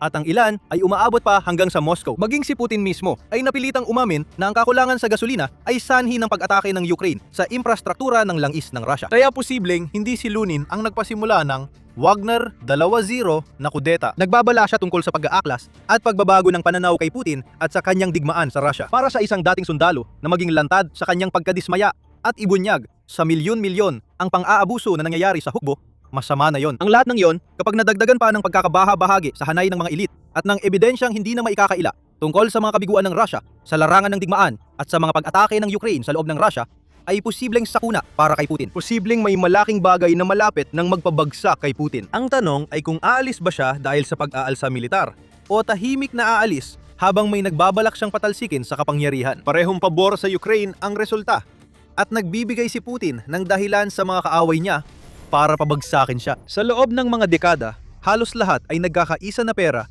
ang pinakamahalagang yaman sa mundo ng militar. Laging may kalamangan ang hukbong may sapat na pondo kaysa sa mga hukbong may mas kaunting magagastos. Laging mas malakas ang mga bansang may sobrang pera kaysa sa may limitadong budget sa depensa. At ang pinakamahal na kagamitan ay laging mananaig sa mas mura at mas simpleng alternatibo. Mula noong 2022, binago ng Ukraina ang bawat isa sa mga patakarang yon. Kahit mas maliit ang puwersa, yaman at pera nila kumpara sa kalaban, nilalabanan pa rin nila ang digmaan. Lagi nilang nalalampasan ang inaasahan. Natalo nila ang Rusya sa talino at estrateya.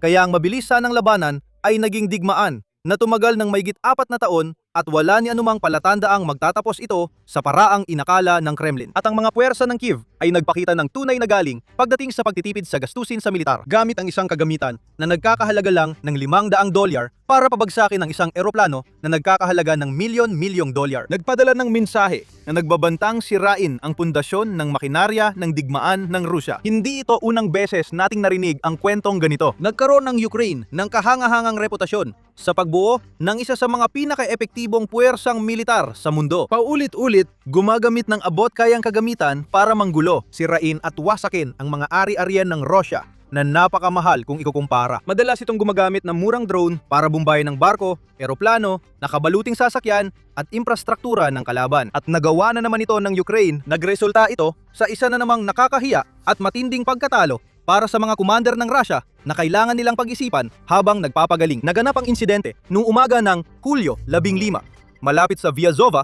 Belgorod Oblast, Russia. Isinagawa ito ng ika-427 Separate Brigade of Unmanned Systems ng Ukraine na may codename na Rarog. Ayon sa kumpirmasyon ng kumander ng puwersa ng mga sistemang walang tauhan ng sandatahang lakas ng Ukraine, Robert Brovdi, mas kilala sa kanyang call sign na Magyar. Si Magyar ang naging mukha ng mga operasyon ng drone ng Ukraine nitong mga nakaraang taon. At madalas siyang kabilang sa mga unang nagbabahagi ng mga detalye tungkol sa di mabilang na mga pag-atake ng UAV ng bansa. Ilang oras matapos ang pag-atake, nag-post siya ng video na nagpapakita ng nangyari. Ipinapakita sa maikling video ang isang helicopter ng Russia na lumilipad sa ibabaw ng mga bukirin habang papalapit dito mula sa likuran ang isang drone ng Ukraine. Kasabay ng helikoptero, lumipad ang drone ng ilang segundo bago tumaas at bumangga mula sa itaas sa mga propeller nito. Hindi lang basta helikoptero ito. Isa itong Mil-Mi 28, isang mabigat at anti-armor na attack helicopter mula Soviet Union na kayang lumipad kahit anong panahon, araw o gabi. Unang ginawa ito nung unang bahagi ng dekada 80. Pero opisyal lang na ipinakilala sa serbisyo militar noong 2009 dahil sa pinagsamang epekto ng kompetisyon sa kontrata ng militar at pagbagsak ng ekonomiya ng Soviet Union. Huwag mong hayaang malinlang ka ng matagal na pagdevelop ng Mil-Mi 28. Seryosong gamit ito ng militar. May sukat itong mahigit 55 talampakan o 17 metro ang haba, may taas na 12 at kalahating talampakan o 3.8 metro at may pakpak na 16 na talampakan o 4.88 metro ang lapad. Ipinagmamalaki nito ang maximum take-off weight na 11,500 kilo, mahigit 25,000 libra at kayang magdala ng hanggang 1,720 litro o 450 US gallons ng gasolina sa loob. Dagdag pa ang 571 litro o 151 gallons sa drop tanks. Pinapagana ng 2,100 74 horsepower na Klimov VK2000 at 500 turbo shaft engines. Kaya nitong umabot sa kahangahangang cruise speed na 270 kilometro kada oras. 170 milya kada oras at bilis na umabot sa 320 kilometro o 200 milya kada oras kung kinakailangan. Sa abot ng hanggang 435 kilometro o 270 milya at kakayahang lumipad ng 2 oras, ang Mil-Mi-28 ay dinisenyo para sa mga misyon ng pag-atake. May higit pa sa sapat itong lakas ng putok para bantaan ang anumang target na madaanan nito. Ipinagmamalaki nito ang isang NPPU 28 turret na nakakabit sa baba na may 30 mm otomatikong spunob 242 kanyon na kayang magpaputok ng 200 hanggang 800 bala kada minuto. May epektibong abot na 1,500 metro o 4,000 na raang talampakan para sa mga sasakyang panlupa at 2,500 metro o 8,200 talampakan para sa mga target na nasa himpapawid. Ang kanyon ay pwedeng magpaputok ng iba't ibang bala tulad ng armor piercing, discarding sabots at high explosive incendiary rounds. Bukod pa rito, ang Mi-28 ay may kasamang hanggang 16 na supersonic Ataka V na mga misil. Iba't ibang klaseng warheads ang meron dito, gaya ng high explosive anti-tank, thermobaric at expanding rod warheads. Pinapahintulutan ng mga opsyong ito ang Mi-28 na labanan ang mga main battle tank na may explosive reactive armor, infantry, gusali, bunker at iba pang helicopter. Ang Mi-28 ay maaari ring lagyan ng iba't ibang karagdagang armas, kabilang ang air-to-air at air-to-surface missiles, pati na rin mga aerial bomb. Kaya't isa ito sa pinaka-flexible na kagamitan na magagamit ng Russian Air Force. Palaging ginagamit ng Russia ang helicopter na ito sa digmaan nila sa Ukraine. Sa unang bahagi ng labanan noong 2023, maraming ulat ng pagpapakalat ng mga attack helicopter na Mi-28 sa mga lokasyon sa unahan ng labanan, kasama ang bagong anti-tank missiles na ginawa para labanan ang dumadaming armored vehicles ng Ukraine, kasama ng iba pang mga modelo tulad ng Ka-52. Napatunayang epektibo ang Mi-28 sa pagkapinsala at pagsira sa ilan sa mga main battle tank ng Ukraine, mga infantry fighting vehicle at pinatibay na mga kuta. May ulat na ginagamit ng mga puwersa ng Russia ang helicopter na ito bilang panghuli ng drone. May ilang unit na humahabol at nagpapabagsak ng reconnaissance at one-way attack drone ng Ukraine. Ngunit limitado ang tagumpay. Ang Mi-28 ay kilala bilang isa sa pinakamahusay na attack helicopter sa mundo ngayon. Bawat isa ay mahalagang asset para sa puwersa ng Kremlin. Kahit hindi sila laging nababalita tulad ng drone at misil, malaki pa rin ang papel nila sa labanan hanggang ngayon. At iyan ang dahilan kung bakit napakalaking bagay tuwing nagagawang mapinsala o mawasak ng Ukraine ang isa sa mga eroplanong ito. Sabi ng open source intelligence group na Oryx, nagawa na ng puwersa ng Ukraine yun nang hindi bababa sa 20 beses mula nang magsimula ang digmaan. 20 Mi-28 ang nakumpirmang malubang nasira o tuluyang nawasak, bagaman malamang na mas mataas pa ang totoong bilang. May mga panahong nawawasak ang mga asset ng Russia, pero walang malinaw na ebidensya ng pagkasira nito. Sa pagkakataong ito, malinaw ang ebidensya sa video. Habang pinapanood natin ang drone papalapit sa target, ilang milimetro na lang ang layo nito sa mga talim ng helicopter bago mag-itim ang screen. Pero ang pinakakamanghamanghang bahagi ng kwento ay ang uri ng drone na talagang ginamit ng Ukraine. Batay sa mga ulat ng balita at press release ng Skyfall, ang drone ay isa sa mga FPV unit na Shrike 10 ng Ukrainian manufacturer na ito. Ang Shrike 10 ay epektibo at murang tactical strike drone na may 10 pulgadang frame at kakayahang magdala ng kargamento na tumitimbang ng hanggang 3 kilo o 6.6 na libra. Kasama ito sa Shrike drone family, isa sa pinakaginagamit na drone sa digmaan ng Russia at Ukraine. May abot ng lipad na hanggang 30 kilometro na hanggang 30 kilometro o 18.6 na milya at pinakamataas na bilis na 120 kilometro kada oras o 75 milya kada oras. May altitude na hanggang 800 metro o 2,600 talampakan at tagal ng paglipad na 15 minuto. Pero walang duda, ang pinakakahangahangang aspeto ng Shrike 10 ay ang presyo nito. Tinatayang nagkakahalaga ang mga drone na ito ng $500 bawat isa. Minsan, posible pa itong gawin sa mas mababang gastos. Mga $400 lang ayon sa gumawa. Dahil sa murang gastos sa paggawa ng Shrike, madaling makakagawa at makakapag-deploy ang Ukraine ng libu-libong ganitong drone nang hindi kailangan mag-alala tungkol sa paggastos ng malaking halaga sa proseso. At gaya ng ipinapakita ng kwentong ito, maaring mura ang mga drone na ito, pero kaya nilang pabagsakin ang mas malalaki at mas mahalagang mga target. Ang Mi-28, halimbawa, ay tinatayang nagkakahalaga ng 15 hanggang 19 na milyong dolyar bawat isa. Isang drone na nagkakahalaga ng $500 laban sa isang helicopter na 19 na milyong dolyar at ang drone pa ang nanalo. Pagdating sa pagtitipid sa gastos, halos wala nang hihigit pa riyan. At ang nakakagulat pa, hindi pa nga ito ang unang beses na nangyari. Halos kaparehong eksena ang nangyari noong Setyembre ng 2025.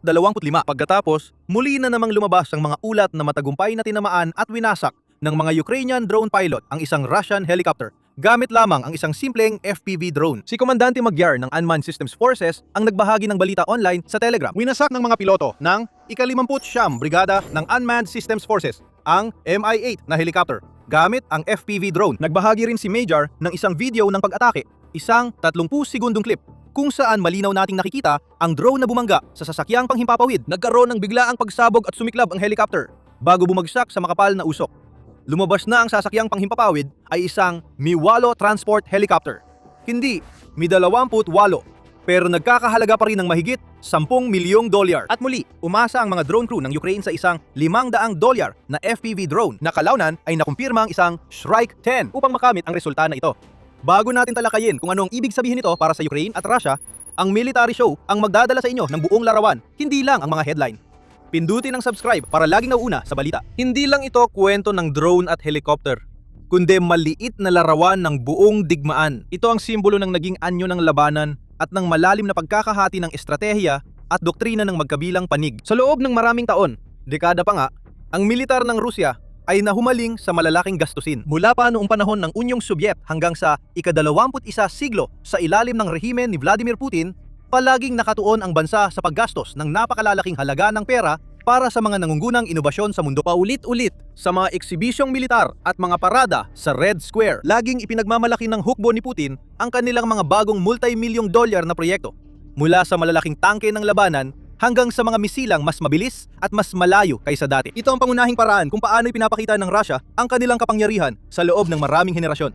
Gumastos sila ng igit at nagtayo ng mas malalaki kaysa halos alinmang bansa sa mundo upang takutin ang sinumang maaaring tumutol sa kanila. At sa loob ng maraming taon, mukhang epektibo ang estratehiyang ito. Kahit malalakas na militar sa mundo, ay may takot galitin ng Kremlin at maranasan ang bagsik ng dambuhalang makinaryang pandigma ng Russia. Nang inutos ni Putin ang pagsalakay sa Ukraine noong 2022, inaasahan ng mundo na magwawala ang militar ng Russia sa bansa at buburahin ang anumang paglaban ng Kiev. Siyempre, gaya ng alam natin ngayon, hindi yon ang nangyari dahil iba ang ginamit na estratehiya ng Ukraine. Hindi ito umasa sa malalaking tangke at pinakamahuhusay na missile. Kahit may suportang pinansyal mula sa mga kaalyado nito sa kanluran, kulang pa rin ang pondo para sabayan ang lumalaking budget militar ng Russia. Kaya kinailangan nitong maghanap ng mas murang paraan para ipagtanggol ang sarili nito. Kailangan nilang labanan at pawalang bisa ang pangalawang pinakamalakas na militar sa mundo gamit ang maliit na bahagi lang ng kanilang budget. Kinailangan nitong alamin kung paano mapipigilan ang $1 milyong na mga misil gamit ang mga air defense na nagkakahalaga lang ng 10,000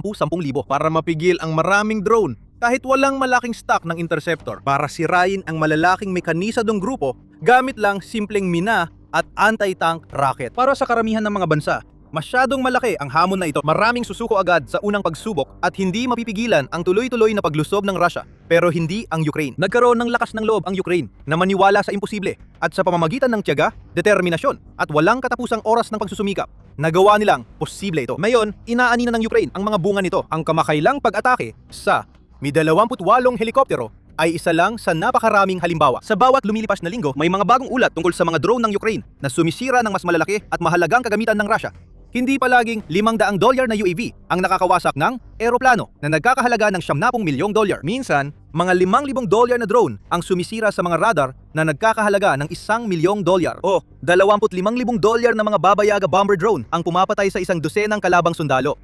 O mga grupo ng 12 dosenang drone na nagpapasabog ng mga oil refinery ng Russia nagdudulot ng hindi masukat na pagkalugi sa pananalapi sa Kremlin. Iba-iba ang numero pero madalas pabor sa Ukraine. Noong Hulyo 15, halimbawa, nag-post si Magyar sa Telegram na matagumpay na tinamaan ng drone units ng Ukraine ang hindi bababa sa 20 barko ng Russia sa dagat ng Azov. Ang mga barkong ito, bahagi ng Russian Shadow Fleet, ay ginagamit ng Moscow para iwasan ang mga parusang pinansyal at mag-export ng langis at yaman sa mundo. Kabilang ang 17 oil tanker, 2 LNG tanker, at isang barkong panghila. Ibinahagi rin ni Magyar ang video na ebidensya ng mga barkong tinamaan, kasama ang isang compilation ng mga clip na nagpapakita ng FPV drones na tumatarget sa kanilang mga pakay. Hindi niya sinabi kung anong drone ang ginamit. At dahil napaka-iba-iba na ng arsenal ng Ukraine na yon, mahirap matukoy kung alin ang gamit sa bawat pag-atake. Pero karamihan dito, ilang libo lang ang gastos o mas mababa pa minsan. Pero tuloy-tuloy ginagamit laban sa mas mamahaling target. Habang dumarami ang mga ganitong pag-atake, lalong lumalala ang sitwasyon para sa Russia dahil ginagamit ng Ukraine ang mga simple at murang kagamitan para magdulot ng bilyon-bilyong dolyar na pinsala. Para sa Kremlin, hindi ito kayang panatilihin. Yon ang punto. Sa nakaraang taon, malinaw na napagtanto ng Ukraine na hindi nila mapapanalo ang digmaan sa harapan. Hindi nila ito mapapanalo sa pamamagitan ng pakikipagsabayan sa Russia at simpleng pagtatangkang pabagsakin ang pinakamaraming tangke at sundalo hanggat maaari. Laging may mas maraming tao at kagamitan ng Kremlin na nakahanda bilang reserba para palitan ang mga napatumba. Ang digmaang ito ay nakasalalay sa usaping pinansyal. Kapag napamahal ng Ukraine ang labanan para sa Russia, maaring mapilitan ang Kremlin umatras at makipagkasundo para sa kapayapaan. At ang pinaka-epektibong paraan para gawin yon ay hindi sa pamamagitan ng mamahaling mga misil o mga armored na sasakyan, kundi sa pamamagitan ng mga drone. Kaya hindi na nakakagulat na inanunsyo ni Pangulong Volodymyr Zelensky ng Ukraine ang planong doblehin ang kapasidad ng bansa sa produksyon ng drone sa susunod na 12 buwan. Sa mga kamakailang pagdiriwang ng Araw ng Estado ng Ukraine sa Kiev, inamin ni Zelensky na nagulat siya sa bilis ng pag-angat ng produksyon ng depensa ng bansa. Naalala ko nung una kong inihayag sa publiko ang plano ng Estado na gumawa ng 1 milyong drone kada taon. Maraming dating pagdududa sa Ukraine at abroad. Ngayon, nakagagawa na tayo ng 10 milyong drone kada taon at lalaki pa ito sa 20 milyon. Sinabi rin ng Deputy Defense Minister ng bansa, G. Slavbanik, ang bilang na yan kamakailan. Sinabi sa NATO Parliamentary Assembly na kayanan ng industriya ng depensa ng Ukraine gumawa ng 20 milyong drone bawat taon. Kung may sapat na pondo at suporta mula sa mga kaalyado nito sa kanluran, magagawa ito. Sabi pa ni Banik, kaya ng sektor ng depensa gumawa ng libu-libong misil para sa long-range na pag-atake at air defense operations. Nanawagan sa kaalyado na ipagpatuloy ang pamumuhunan para matulungan ang bansa sa mga ambisyon nito. Maraming bansa ang tumugon sa panawagan. Kamakailan, inanunsyo ng Alemanya ang pondo na nagkakahalaga ng 90 milyong euro o 103 milyong dolyar. Partikular para tulungan ang Ukraine bumili ng mas maraming Skyfall strike drones na sumira sa Mi-8 helicopter noong Setyembre 2025 at Mi-28. Ilang araw lang ang nakalipas. Saklaw ng pundo ang gastos para sa 50,000 FPV combat drone na ito, isang tunay na hukbo ng mga UAV na handang-handa at naghihintay lang na magpaulan ng impyerno sa mga target ng Rusya. Lahat ay may potensyal na pumuksa sa mga helicopter, armored na sasakyan, sistemang artilyera, kuta at mga tauhan ng kalaban. At ang magandang balita tungkol sa pag-atake ay hindi nagtatapos doon. Noong Marso ngayong taon, napabalita ang Skyfall nang magwagi ng unang pwesto ang Shrike Sampo Fiber. Nito sa drone competition ng US Army. Nakakuha ng halos perpektong score na 79.3 mula sa posibleng 100 puntos. Sa Fort Benning, Georgia, US, kinanapang pangsusulit kung saan sinuri ng US Army ang kalidad at performance ng bawat sistema sa simulated na labanan. Kaya hindi lang abot kaya ang Shrike, isa rin ito sa pinakamagagaling na military drone sa kasalukuyan. Kaya nakuha nito ang basbas ng militar ng US. Isa lang ito sa mga bumubuo sa mabilis na naging pinakamahusay na drone army sa mundo. Isang hukbo na may mga inobasyon gaya ng Luchi Long Range Strike Drone at Wild Hornets Sting Interceptor. Ang Baba Yaga Bombers, Firepoint FP-1 at mga unmanned surface drones tulad ng Magyera V5 at V7 para sa pag-atake sa naval target. Magkakaiba sila sa laki, bilis, disenyo at kakayahan. Ngunit lahat ay nag-aalok ng kamangha-mangang halaga kumpara sa gastos at marahil yon ang pinakamahalaga dahil ang murang presyo ng mga drone ang nagpapadali sa paggawa ng Ukraine at ginagawang mas mahalaga ang bawat matagumpay na pag-atake. Hindi lang sa himpapawid at tubig ginagamit ng Ukraine ang mga unmanned na kagamitan para maghasik ng kaguluhan sa Kremlin. Panurin ang video para makita kung paano nagdudulot ng pinsala ang papalakas na hukbo ng mga robot panlupa ng Kyiv sa mga nakamamatay na sona sa unahan ng labanan. May itinatagong malaking bagay ang Rusya sa Donetsk. Nakatago ito sa isang gusali na sadyang pinili para maging lihim hanggat maaari. Mahalaga sa digmaan ng Rusya ang kanilang tinatago, lalo na ngayon sa pinakamahalagang rehiyon ng Ukraine. Mahalaga, hindi mapapalitan. Puno ng kailangan ng mga sundalong Ruso para sa kanilang pag-atake. Ngunit datuklasan ito ng Ukranya at pinalitan ng bolang apoy, isang naglalagablab na bulang apoy na tila mula sa kailaliman ng impyerno. Alam mo na, yan talaga ang gustong ipaisip ng Ukraine sa Rusya. Sinimulan na ang Operation Hell at naranasan ng Rusya ang apoy ng impyerno. Akala ng Rusya, matalino sila sa kaibuburan ng sinakop na Donetsk. Matatagpuan ang Novo-Ambrosivka. Ang pamayanang yon at iba pa ay naging bahagi ng malaking network ng mga imbakan ng gasolina at mga sentrong lohistikal na ginawa ng Rusya sa Donetsk Oblast. Dati ay akala ng lahat na hindi kayang abutin ng Ukraine ang mga target na yon sa pag-atake. Gayunpaman, naghanda na ang Rusya para sa araw na hindi na yon magiging totoo. Sa Novo-Ambrosivka, isang mahalagang imbakan ng gasolina ang itinago sa paningin ng publiko. Imbes ilantad, itinago ito sa loob ng malaking planta ng semento. Dinadala ang gasolina sa planta gamit ang tren at iniimbak sa underground reservoir at tangke sa ibabaw ng lupa na nakatago sa paningin. Ginagamit ng Rusya ang mga truck na mukhang sibilyan para maglabas ng gasolina mula sa pasilidad bilang panlilinlang. Nagdadala ang mga truck ng gasolina sa mga supply depot para matiyak na may sapat na gamit ang grupong pandigma ng Rusya sa Donetsk para sa mga mekanisadong pag-atake at operasyon na gumagamit ng sasakyan. Naitago ang operasyong ito ng ilang buwan hanggang sa hindi na ito umubra. Noong Hulyo 12, ibinunyag ng unang Azov Corps ng Ukraine na natuklasan nila ang lihim na base ng gasolina ng Russia, kundi tinamaan pa nila ito gamit ang mga drone na nagdulot ng pagkasunog ng napakaraming toneladang mahalagang gasolina ng Russia. Bahagi ang pag-ataking iyon ng mas malawak na opensiba laban sa Novoambrosivka na nagdulot ng pinsala sa mga riles ng tren at nagpadala ng malinaw na mensahe kay Putin na ang dating hindi maabot na sentrong logistical ay isa ng target. Tinawag ng Azov Corps ang atake na Operation Hell at ganito ito nangyari.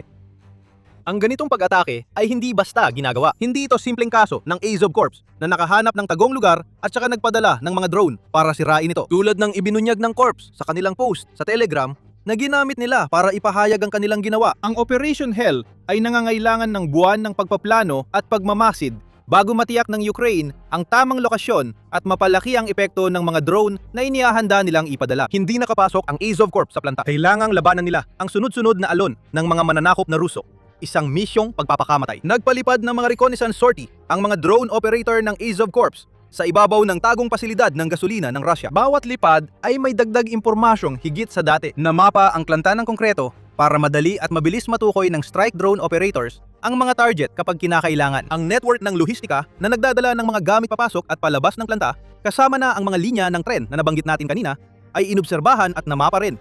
Pati na rin ang karamihan sa mga sumusuportang infrastruktura na nagpapatakbo sa planta ng gasolina ng Russia. Ilang buwan ding naglatag ng plano at pumili ang Ukraine ng tamang drone para rito. Ang AI-powered Hornet ay nagdulot ng malaking pinsala sa mid-range attacks sa pamamagitan ng pagsira sa mga truck ng gasolina at supply ng Russia sa mga sinakop na teritoryo nitong mga buwan. Ngayon, mas mahirap na hamon ang haharapin ng mga drone. Sila ang perpektong pagpipilian at ipapaliwanag namin kung bakit sa ilang sandali. Pero sa ngayon, manatili muna tayo sa Operation Hell. Matapos ang pagpaplano at pagpili ng sandata, handa nang umatake ang Azov Corps. Gaya ng nabanggit namin, hindi lang ito tungkol sa drone attacks sa fuel tanker. Nagsimula ito sa isang railway crane. Ang unang target ng layered strike operation ay hindi basta ordinaryong crane.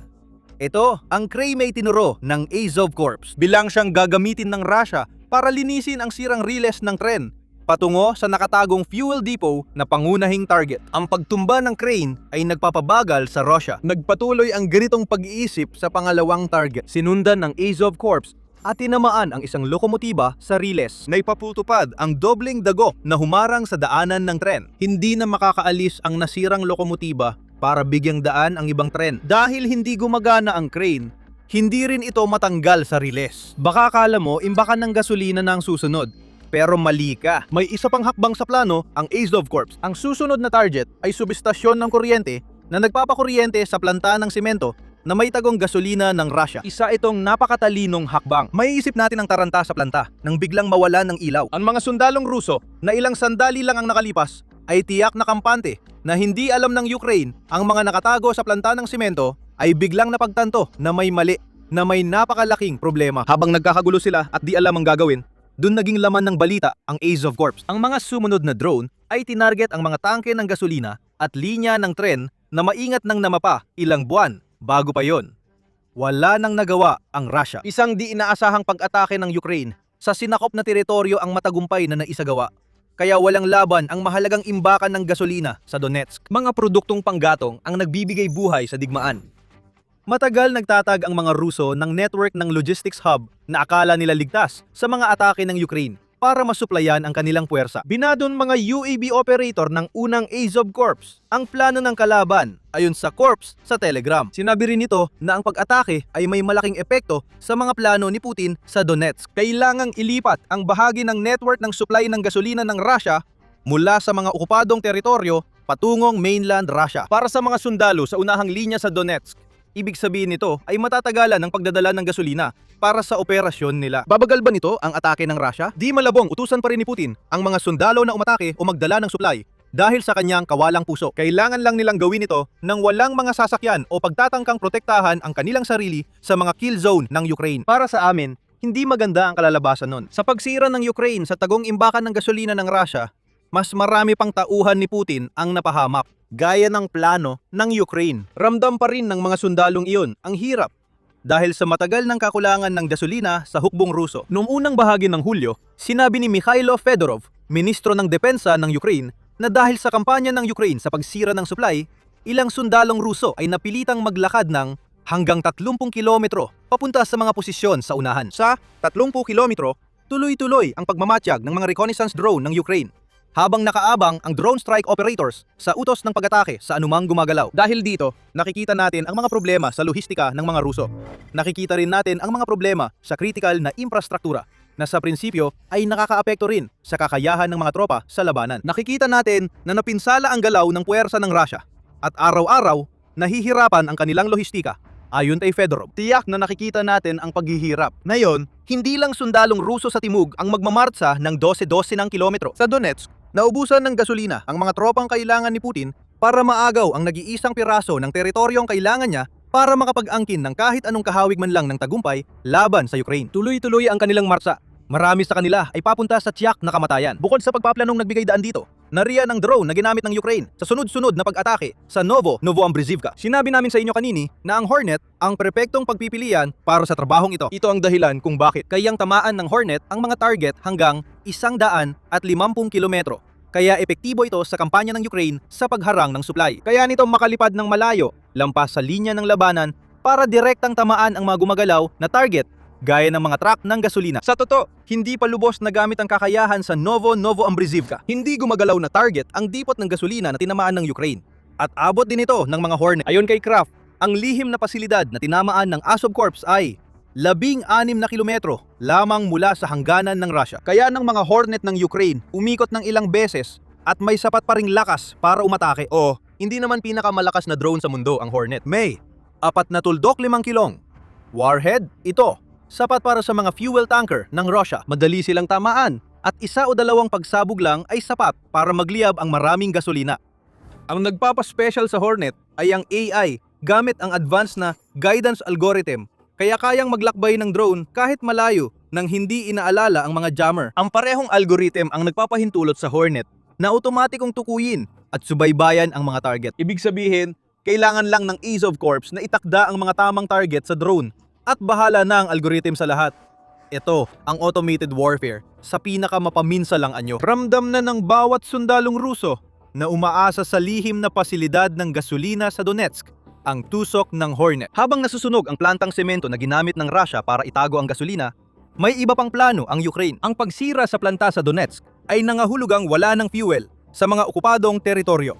Dinagdagan pa ito ng Ukraine sa isa pang planta, 800 kilometro ang layo, na lalong nagpahirap sa problema ng gasolina ng Russia. Bago tayo mag-umpisa, ito ang Military Show.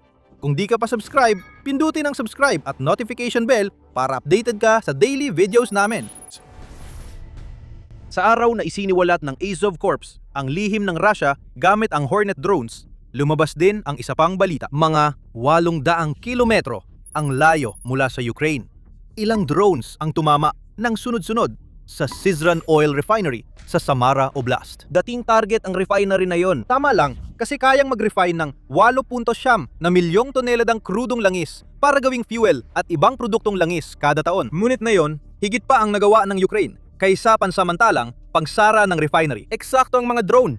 Kaya naniniwala ang mga analyst na lahat ng pangunahing unit ng refinery ay tinamaan na posibleng magpababa ng produksyon ng Syzran plant hanggang sa wala ng output. Ayon sa Euromaidan Press, nagsimula ang pag-atake ng Ukraine noong gabi ng Hulyo 11 at tumagal hanggang madaling araw ng Hulyo 12. Pagsapit ng 4:30 ang mga monitoring channel, kabilang ang Supernova Plus at XLM Plus, nag-uulat tungkol sa pag-atake at nagbabahagi ng mga video ng apoy at malalaking ulap ng usok mula sa pinakamalalaking refinerya ng Russia. Makalipas noon, namapa na ang pag-atake. Ayon sa open source intelligence channel na Cyber Boroshno, Mukhang ginamit ng Ukraine ang mga long-range na FPV drone sa pag-atake sa Syzran. Tinamaan ng mga drone ang 3 processing unit na kailangan ng planta para mag-operate. Ayon sa channel, tinamaan ang AVT, 5 pangunahing processing unit. Ang unit na yon ay 2.6 milyon sa 1.7 milyong tonelada ng langis na pinoproseso ng Syzran bawat taon o halos 30%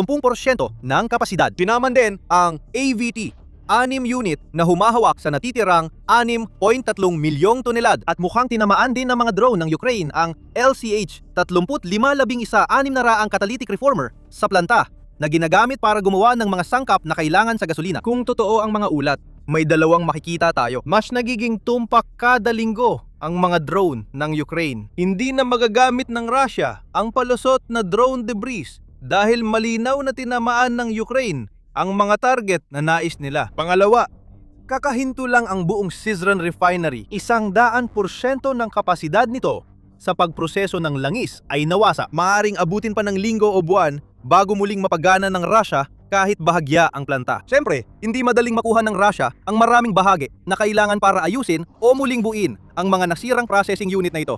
Dahil sa bigat ng mga parusang ipinataw ng kanluran na layuning pigilan ng Russia na makabili ng mga bahaging ito. Ginamit natin ang terminong 1-2 punch para ilarawan kung paano winasak ng Azov Corps ang infrastruktura ng riles at pagkatapos ay ang supply ng gasolina sa tagong pasilidad sa Donetsk. Pwede natin ulit gamitin dito yon. Matinding suntok ang pinakawalan ng Ukraine sa pag-atake nito sa Donetsk at sinundan pa ito ng isang malakas na suntok na sumira sa supply ng gasolina ng Russia sa isa sa mga pinagkukunan nito. Nakikita natin dito ang sunod-sunod na pag-atake sa supply chain ng Russia. Mula pinagmulan hanggang sa mga truck na nagdadala ng gasolina. Malaki ang epekto nito sa Russia.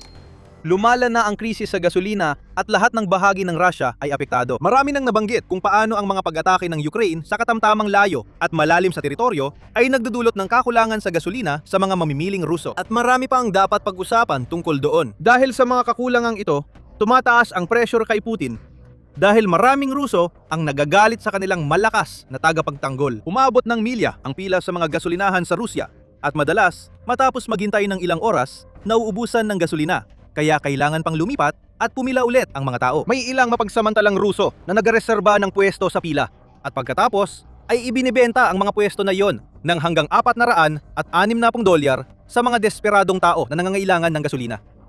Sumasama ang sentimiento sa Rusya. Dahil sa lahat ng kakulangang ito, iniulat ni Alexander Titov ng Independent noong Hulyo 10. Taon-taon akong bumibiyahe sa Rusya mula 2022 at malinaw ang pagbabago ng damdamin ng mga tao. Noong 2022, umiikot ito sa pag-survive at pag-angkop sa bagong realidad ng parusa at digmaan. Sa mga sumunod na taon, naging matatag at lumago ang optimismo sa kakayahan ng ekonomiya na umangkop. Gayunpaman, pagsapit ng 2026, may usap-usapan na tungkol sa isang resesyon sa ekonomiya. Kahit bago pa tumama ang kasalukuyang kakulangan sa gasolina, isinulat ni Titov. Kasama yan sa plano ng Ukraine para pilitin si Putin. Sa pag-atake sa Donetsk, pinapalakas ng Ukraine ang kampanya para magdulot ng krisis sa gasolina ng Russia. Ngayon, hindi na lang mga ordinaryong tao sa gasolinahan ang nakakaramdam nito. Inaalisan ang mga sundalo sa unahan ng supply ng gasolina na bumubuhay sa kanilang mga opensiba. Simple lang, kapag nawalan ng gasolina ang militar, hihina ang makinarya ng digmaan ng Rusya. Pinalakas ng Ukraine ang kampanya sa gasolina sa pagtama sa mga fuel tanker sa dagat ng Azov para hadlangan ng gasolina at diesel papuntang Crimea at sa mga okupadong teritoryo sa kalupaan. Katatapos lang ng maingat na pinlanong pag-atake ng Ukraine sa isang lihim na imbakan ng gasolina sa Donetsk. Ayon sa EU Observer, hindi na makakuha ng gasolina ang mga sundalong Ruso sa maraming rehiyon. Kapag nagpatuloy ang Ukraine sa pag-escalate, posibleng pati sa harapan ay mawalan na rin sila ng gasolina. Maaring nangyayari na ngayon mayon. Hindi mo kailangan maglakad ng 30 kilometro, gaya ng sabi ni Fedorov, kung marami kang gasolina. Hindi lang sibilyan ang nauubusan ng gasolina ngayon. Buwang militar ng Rusya na ang apektado. Hindi nagsisinungaling ang mga numero. Mas mabilis na papatay ang mga sundalong Ruso ngayon kaysa sa alinmang ibang panahon ngayong 2026 dahil sa mga problemang ito sa gasolina. Sa 24 na oras hanggang Hulyo 13, tinatayang 1,600 sundalong Ruso ang nawala ayon sa Pravda. Nagtataka kami kung ilan sa mga sundalong yon ang napilitang maglakad papunta sa frontline imbes na magmaneho. Tapos ay nasalubong lang ng isang drone ng Ukraine. Noong Hunyo, nawalan ang Rusya ng halos 40,000 tropa dahil sa pagbagsak ng lohistika nito at naging mas lantad sa panganib kaysa dati ang mga sundalo nito. Makikikita natin ang epekto ng krisis sa gasolina na dulot ng Ukraine. Unti-unti, nagkakawatak-watak ang makinarya ng digmaan ni Putin. At nandyan din ang Donetsk. Gusto ni Putin na agad bumagsak ang Donetsk.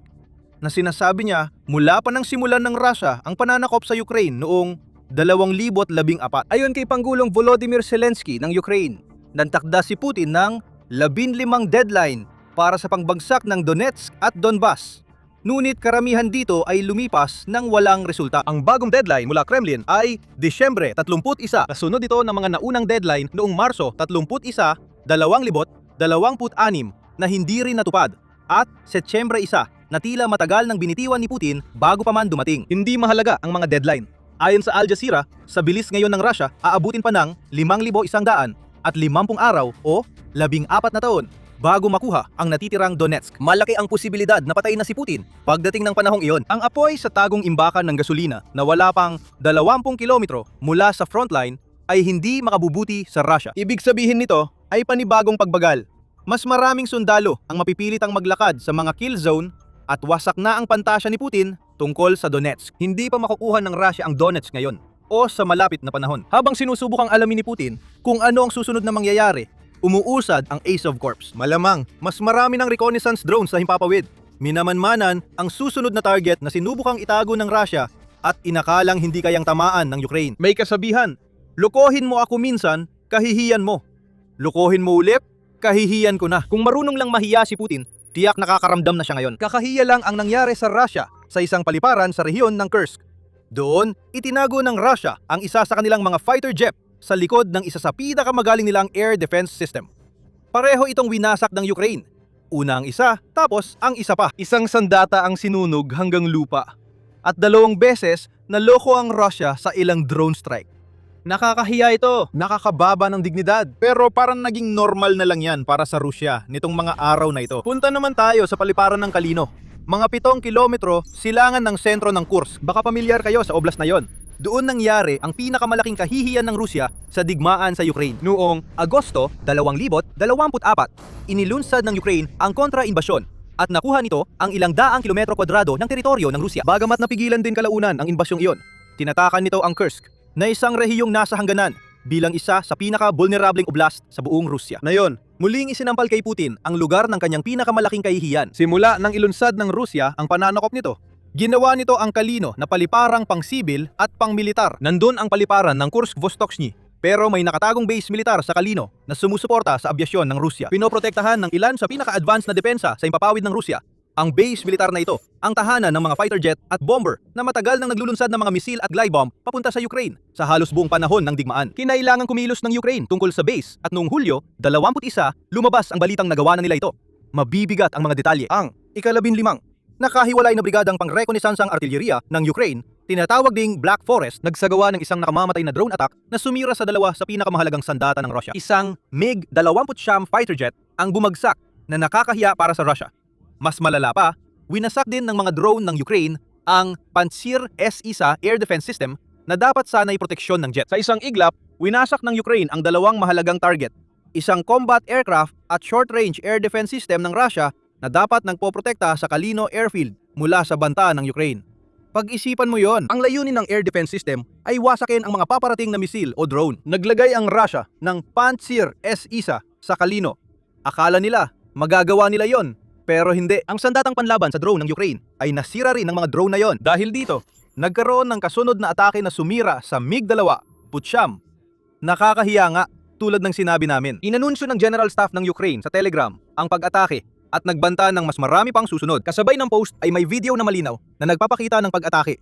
Kaya hindi na maikakaila ng Russia o bumalik sa karaniwan nitong palusot ng mga labi lang ng drone kung bakit nakarating muli ang mga drone ng Ukraine sa isa pang base nila at tinamaan ang mahahalagang target. Ang footage na tumatagal ng mga 50 segundo ay nagsisimula sa mga bahagi ng gawaing reconnaissance at pagpaplano na ginawa para sa pag-atake. Nakikita natin na natukoy ang base, pati na ang MiG-29 at Pantsir S-1 na siyang tinarget ng Ukraine. Nakikita natin ang MiG-29 na nagliliyab. Malinaw na palatandaan ito ng matagumpay na pag-atake. Pinaka-highlight ay ang huling segundo kung saan makikita sa drone footage ng Ukraine ang Pantsir S-1 na nasa tutok ng drone. Isa ito sa pinakamahusay na air defense system ng Russia. Akala mo magpapakawala ito ng missile laban sa drone, pero hindi. Nakakalapit ang drone na parang hindi ito napapansin ng system. Naputol ang footage bago mag-contact ang drone, pero malinaw ang mensahe. Nabigo ang Pantsir S-1 ng Russia na protektahan ang MiG-29 at tila Hindi nito kayang harapin ang drone ng Ukraine. Totoong sistema ba ito? O panlin lang? Mahalaga pa ba yon? Ang balita ay tinamaan ng Ukraine ang airbase sa Kursk na mahigpit ang seguridad pero walang nagawa ang Russia. Lalong sumasakit ang loob kapag sinimulan nating kalkulahin ang mga numero. Hindi lang basta nawala sa Russia ang dalawang mahalagang sandata. Nakakahiya na ito. Seryoso kami sa halaga ng mga ito. Isang MiG-29 fighter jet. Sa paggawa ng mga eroplanong ito nung Soviet era, gumastos ang Russia ng halos $25 milyong. Ang isang Pantsir S-1 ay nagkakahalaga ng humigit kumulang $20 milyong. Dahil dito, napilitang tanggapin ng Russia ang $45 milyong na pagkalugi. Salamat sa matinding suntok na pinakawalan ng mga drone ng Ukraine. At huwag kalimutan na ang mga drone na nagdulot ng pinsala ay nagkakahalaga lamang ng maliit na bahagi ng halagang ito. Hindi pa kinukumpirma ng Ukraine kung anong mga drone ang ginamit nila sa kanilang pag-atake sa Kursk. Gayunpaman, maaaring sabihin na ang gastos para sa atake ay nasa ilang daang libo lang, malaking balik ng puhunan ito. Hindi pa kasama rito ang epekto sa operasyon sa pagkawala ng mga asset. Mas mahina na ngayon si Kalino kaysa dati dahil sa pagkawala ng kanyang Pantsir S-1 na nangangahulugang mas malaki ang tsansa ng mga drone ng Ukraine na maabot ang kanilang mga target sa hinaharap. Dagdag pa, ang pagkawala ng isang MiG-29 ay nangangahulugang ng isang platform na wala na sa magagamit ng Russia para maglunsad ng mga missile at glide bomb. Dahil mas kaunti ang pambubomba sa Ukraine, mas nakakapag-focus ito sa pagsanhi ng pagkalugi sa Russia sa lupa. Kaya hindi naging maganda ang Hulyo 21 para sa Russia. Ngayon, alam mo na ang estilo ng pag-atake ng Ukraine. Hindi sila nagpo-focus sa isang lugar lang. Gaya ng nangyari dito. Habang nasusunog ang kagamitan sa Kalino, malakas ring umatake ang drone ng Ukraine sa ibang bahagi ng Russia at sinakop na teritoryo. Ayon sa ulat ng Euromaidan Press. Sa Horly, sinakop na rehiyon ng Kherson. Winasak ng Ukraine ang isang Busol S radar station. Hindi ito ginagamit para sa depensa ng himpapawid ng Russia, kundi para subaybayan ng militar ng Russia ang mga target sa dagat, lalo na sa Black Sea at Ilog Dnipro. Isa itong coastal surveillance system at ngayong wala na ito, hindi na magagawang matukoy ng Russia ang mga maritime drone ng Ukraine habang papunta ang mga ito sa mga posisyon sa mga sinakop na teritoryo sa Crimea. Sa Luhansk Oblast, winasak ng Ukraine ang imbakan ng bala malapit sa Kundryusha at isang depo ng supply malapit sa Davidivka, Donetsk. Target din ang Zaporizhia matapos sirain ng mga drone ng Ukraine ang dalawang control post sa Kamyanske at Kumar. Hindi lang paliparan ng Kursk ang dapat nilang isipin. Tinamaan ng drone ng Ukraine ang logistics warehouse malapit sa Popovology, Kursk Oblast. Nanibabaw ang takot at bigong air defense ng Russia sa gabing yon. Tampok ang MiG-29 at Pantsir S-1.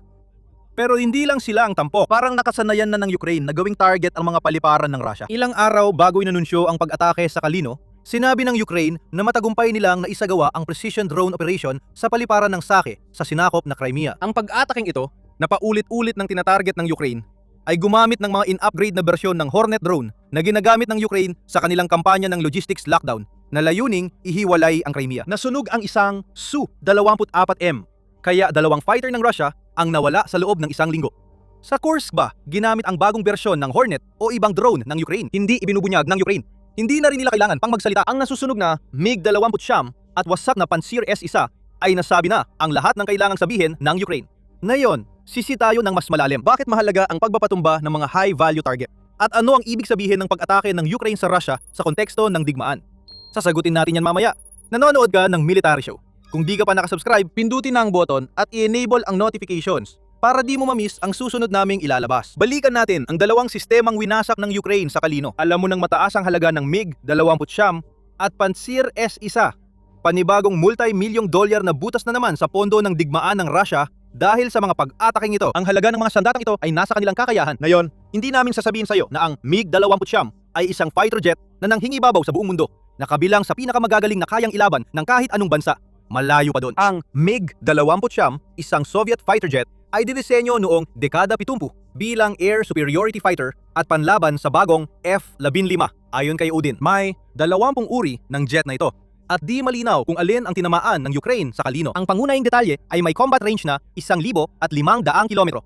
Ang fighter jet na ito, kapag may external fuel, maabot nito ang pinakamataas na bilis na 2,400 kilometro kada oras at maaaring lagyan ng iba't ibang uri ng mga missile at bomba. Hindi ganong mahalaga ang karamihan sa detalye tungkol sa paggamit ng Russia ng MiG-29 laban sa Ukraine. Kahit mas marami silang fighter jet, ginagamit nila ang mga ito para magpalipad ng missile at glide bomb mula sa likod ng front lines. Tulad sa Kursk, mas gusto nilang gawin ito sa labas ng Ukraine. Dahil may dahilan. Sinubukan ng Russia magpadala ng mga fighter jet sa Ukraine sa simula ng pananako. Ngunit nakita nilang 12-12 ng jet ang napabagsak habang binobomba ang mga target sa Ukraine. Sa ngayon, 438 na sasakyang panghimpapawid ng Russia ang nawala laban sa Ukraine. Malaki ang nawala noong una nilang subukang makuha ang tradisyonal na kataasan sa himpapawid. Ang mga MiG-29 at iba pang Russian fighters ay kabilang sa mga naunang nawala.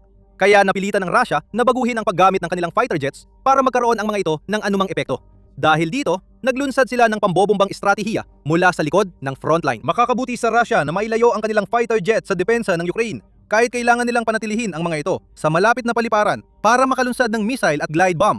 Handa namang gawin ito ng Russia, lalo na dahil sa pagiging epektibo ng glide bombs hanggang sa ngayon at ang paniniwala ng ilan na ang mga pag-atake gamit ang glide bomb ang magtatakda ng susunod na yugto ng digmaan. Yan man lang ang sinasabi ng Forbes na mangyayari. Ayon kay Vikram Mittal, noong Hulyo, unti-unting pinapalitan ng glide bombs ang karaniwang artilyera bilang pangunahing paraan ng pagdiin sa mga kuta.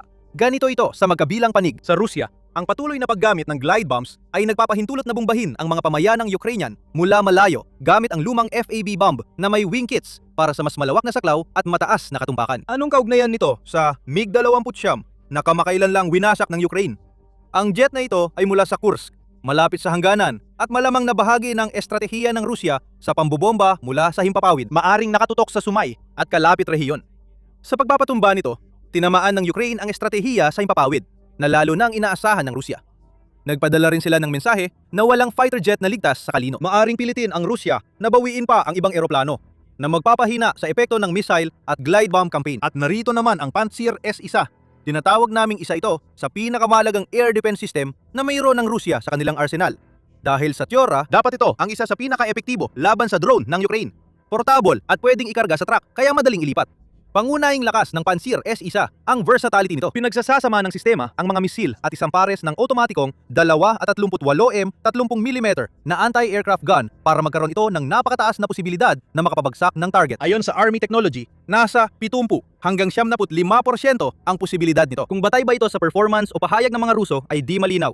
Kapag puno ang isang Pantsir S-1, may mga 1,500 bala. Ito para sa mga baril. Maaring mag-iba mula armor piercing, fragmentation, at high explosive na bala. Kayang magpaputok ng 700 bala kada minuto at abot ng 4 na kilometro. May kasama rin itong 12 na 57 E-6 air defense missile. Ang punto namin ay hindi lakas ng putok, kundi versatility. Ang Pantsir S-1 ay kayang harapin ang anumang atake ng Ukraine mula missile hanggang drone dahil sa iba't ibang uri ng bala na maaaring gamitin depende sa sitwasyon. Gayunpaman, nabigo ang Pantsir S-1 sa Kalino. May estratehiya ang Ukraine para sirain ito at regular silang nagpapadala ng grupo ng drone laban sa mga sistemang ito. Simple lang ang ideya, gumawa ng napakaraming target na hindi na alam ng Pantsir kung saan ito babaril. O kung alam man ito, hindi sapat ang kayang iputok para mapigilan ang lahat bago may isang drone na tumama. Pero mukhang hindi yon ang nangyari sa Kalino. Maaring walang radar o sira ang radar ng Pantsir S-1 sa base, kaya hindi nito nakita ang drone ng Ukraine. O mas nakakaalarma pa para sa Russia, ang Pantsir S-1 ay maaring hindi talaga kasing husay gaya ng sinasabi pagdating sa pagdepensa laban sa mga pag-atake ng drone.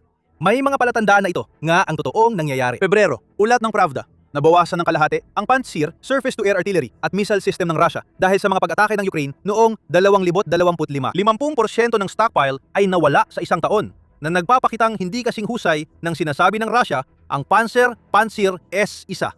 May estratehikong layunin ang pagkasira ng Pantsir ayon sa SSU ng Ukraine. Dahil dito, may estratehikong layunin ang pagsira sa mga Pantsir system para mabutas ang depensa ng kalaban at makagawa ng mga koridor papunta sa mga target sa likuran nila. Dahil dito, mas epektibo ang operasyon ng depensa ng Ukraine laban sa mga base militar, bodega, paliparan at iba pang pasilidad ng mananakop. Ang totoong balita ay 50% ng mga sistema ang nasira. Iyan na ang nagsasabi ng lahat ng kailangan nating malaman tungkol sa Pantsir S-1.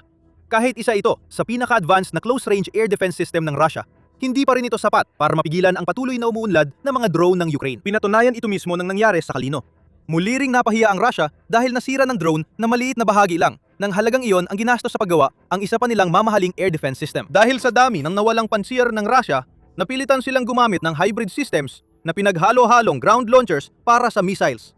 Ipinapakita nito na hindi lang nauubusan ng Pantsir S-1 ang Russia, kundi hindi na rin nila kayang palitan ang mga ito. Patuloy lang itong pinahihina ng Ukraine. Bawat nawawalang Pantsir ay nagpapahina sa Russia. Kaya nasaan na ngayon ang Russia? Sa kabuuang takbo ng digmaan, nakakahiya ang pagkasira ng MiG-29 at Pantsir S-1 sa isang Russian airbase. Pero hindi pa ito sapat para tapusin ang digmaan. Sa kagdalang ng MiG-29 at Pantsir S-1 sa Russian airbase. Pero hindi pa ito sapat para tapusin ang laban. Mas nababahala si Putin dahil pinapakita ng atake na kulang ang depensa sa impapawid ng Russia. Hindi lang ito tungkol sa pansir, kundi pati na rin sa lahat ng sistema ng Russia sa kanilang arsenal. Ipinapaliwanag ni Thomas Whittington na isang fellow sa agam militar sa Royal United Services Institute ang problema. Hindi talaga akma para sa kanilang layunin ang air defenses ng Russia. Malinaw na malinaw yon. Hindi sila handa para matukoy, masubaybayan at labanan ang ganitong uri ng pag-atake. At maliban na lang kung magkakaroon ng malaking pagbabago sa disenyo ng air defense system ng Russia, mananatili ang ganitong sitwasyon ayon kay Whittington. Sa madaling salita, problema talaga ang mga drone na hindi kayang harapin ng mga depensang ito. At hindi mawawala ang problemang yon. Kung kailangan mo pa ng ebidensya, may numero kami, 174. Iyan ang dami ng Russian air defense system na nawasak sa unang 5 buwan ng 2026. Ayon sa United 24 Media, noong Hunyo 5, nagkakahalaga ito sa Russia ng 5.4 na bilyon. Bukod sa air defense na problema, nawalan pa ang Russia ng isang hindi mapapalitang MiG-29. Kaya namang gumawa ng Russia ng fighter jet, pero matagal nang hindi ginagawa ang MiG-29. Kung magpadala ang Russia ng bagong jet sa Kalino, maaring ito'y mahal na modelo na ayaw nilang mawala o lumang MiG-29 na paubos na ang inventaryo. Pareho itong hindi pabor sa Russia. Ayaw nitong isugal ang modernong fighter jet para sa simpleng paglulunsad ng missile at glide bomb. Bawat pagbagsak ng Soviet-era eroplano ay nababawasan ang jet inventory ng Russia para sa ganitong gawain. Mas pinalala pa ito ng isa pang problema. Patuloy na umuunlad ang mga drone ng Ukraine, habang tila naiwan ang lahat ng depensa ng Russia sa panahong hindi pa nangingibabaw ang digmaang drone. Noong ika-17 ng Hulyo, iniulat ng United 24 Media na mula FPV drone sa frontline hanggang UAV para sa malalim na atake ang ginagamit ng Ukraine. Umabot na sa 1 milyong pag-atake para sa 2026. Sa bilis ngayon, posible umabot sa 2 milyong drone strikes ang Ukraine ngayong taon. Ngayon, 70% ng strike ng Ukraine ay mula sa mga sandatang ito. Mukhang epektibo rin ang ginamit sa Kalino kahit saan. Makatuwiran para sa Ukraine, natutukan pa ang estratehiyang ito ngayong taon. Ayon sa Wall Street Journal, tumatanggap na ng real-time satellite intelligence ang mga sundalong Ukrainian. Pinapadali nitong matukoy ang mga target at maihanda agad ang mga pag-atake ng mas mabilis kaysa dati. Posibleng ito ang nangyari sa Kalino, kung saan maaring ipinakita ng satellite intelligence sa Ukraine ang nakalantad na MiG-29. Agad nilang pinadala ang mga drone para sirain ito. Mas mabilis ng dating ng mga oportunidad ngayon at pinapatunayan ng Ukraine na kaya nitong tumugon ng malakas. Isang bagay ang tiyak, napahiya muli ang Russia nang subukan nitong itago ang fighter jet sa likod ng isa sa pinakamahusay nitong air defense system. Pero kapwa, nawasak ang dalawa. Patuloy ang kanilang kahihiyan, mga drone ang sumira sa mga target. Alam yun ng Russia, kahit hindi ito masaya, sa iba pang lugar, ginagamit ng Ukraine ang mga poste ng bakod para baguhin ang linya ng labanan. Nalilito ka ba? Panoorin ang aming video para malaman ang ibig naming sabihin. Kung nagustuhan mo, mag-subscribe sa Military Show para sa mahahalagang ulat sa pag-atake ng Ukraine laban sa Russia. Salamat sa panonood!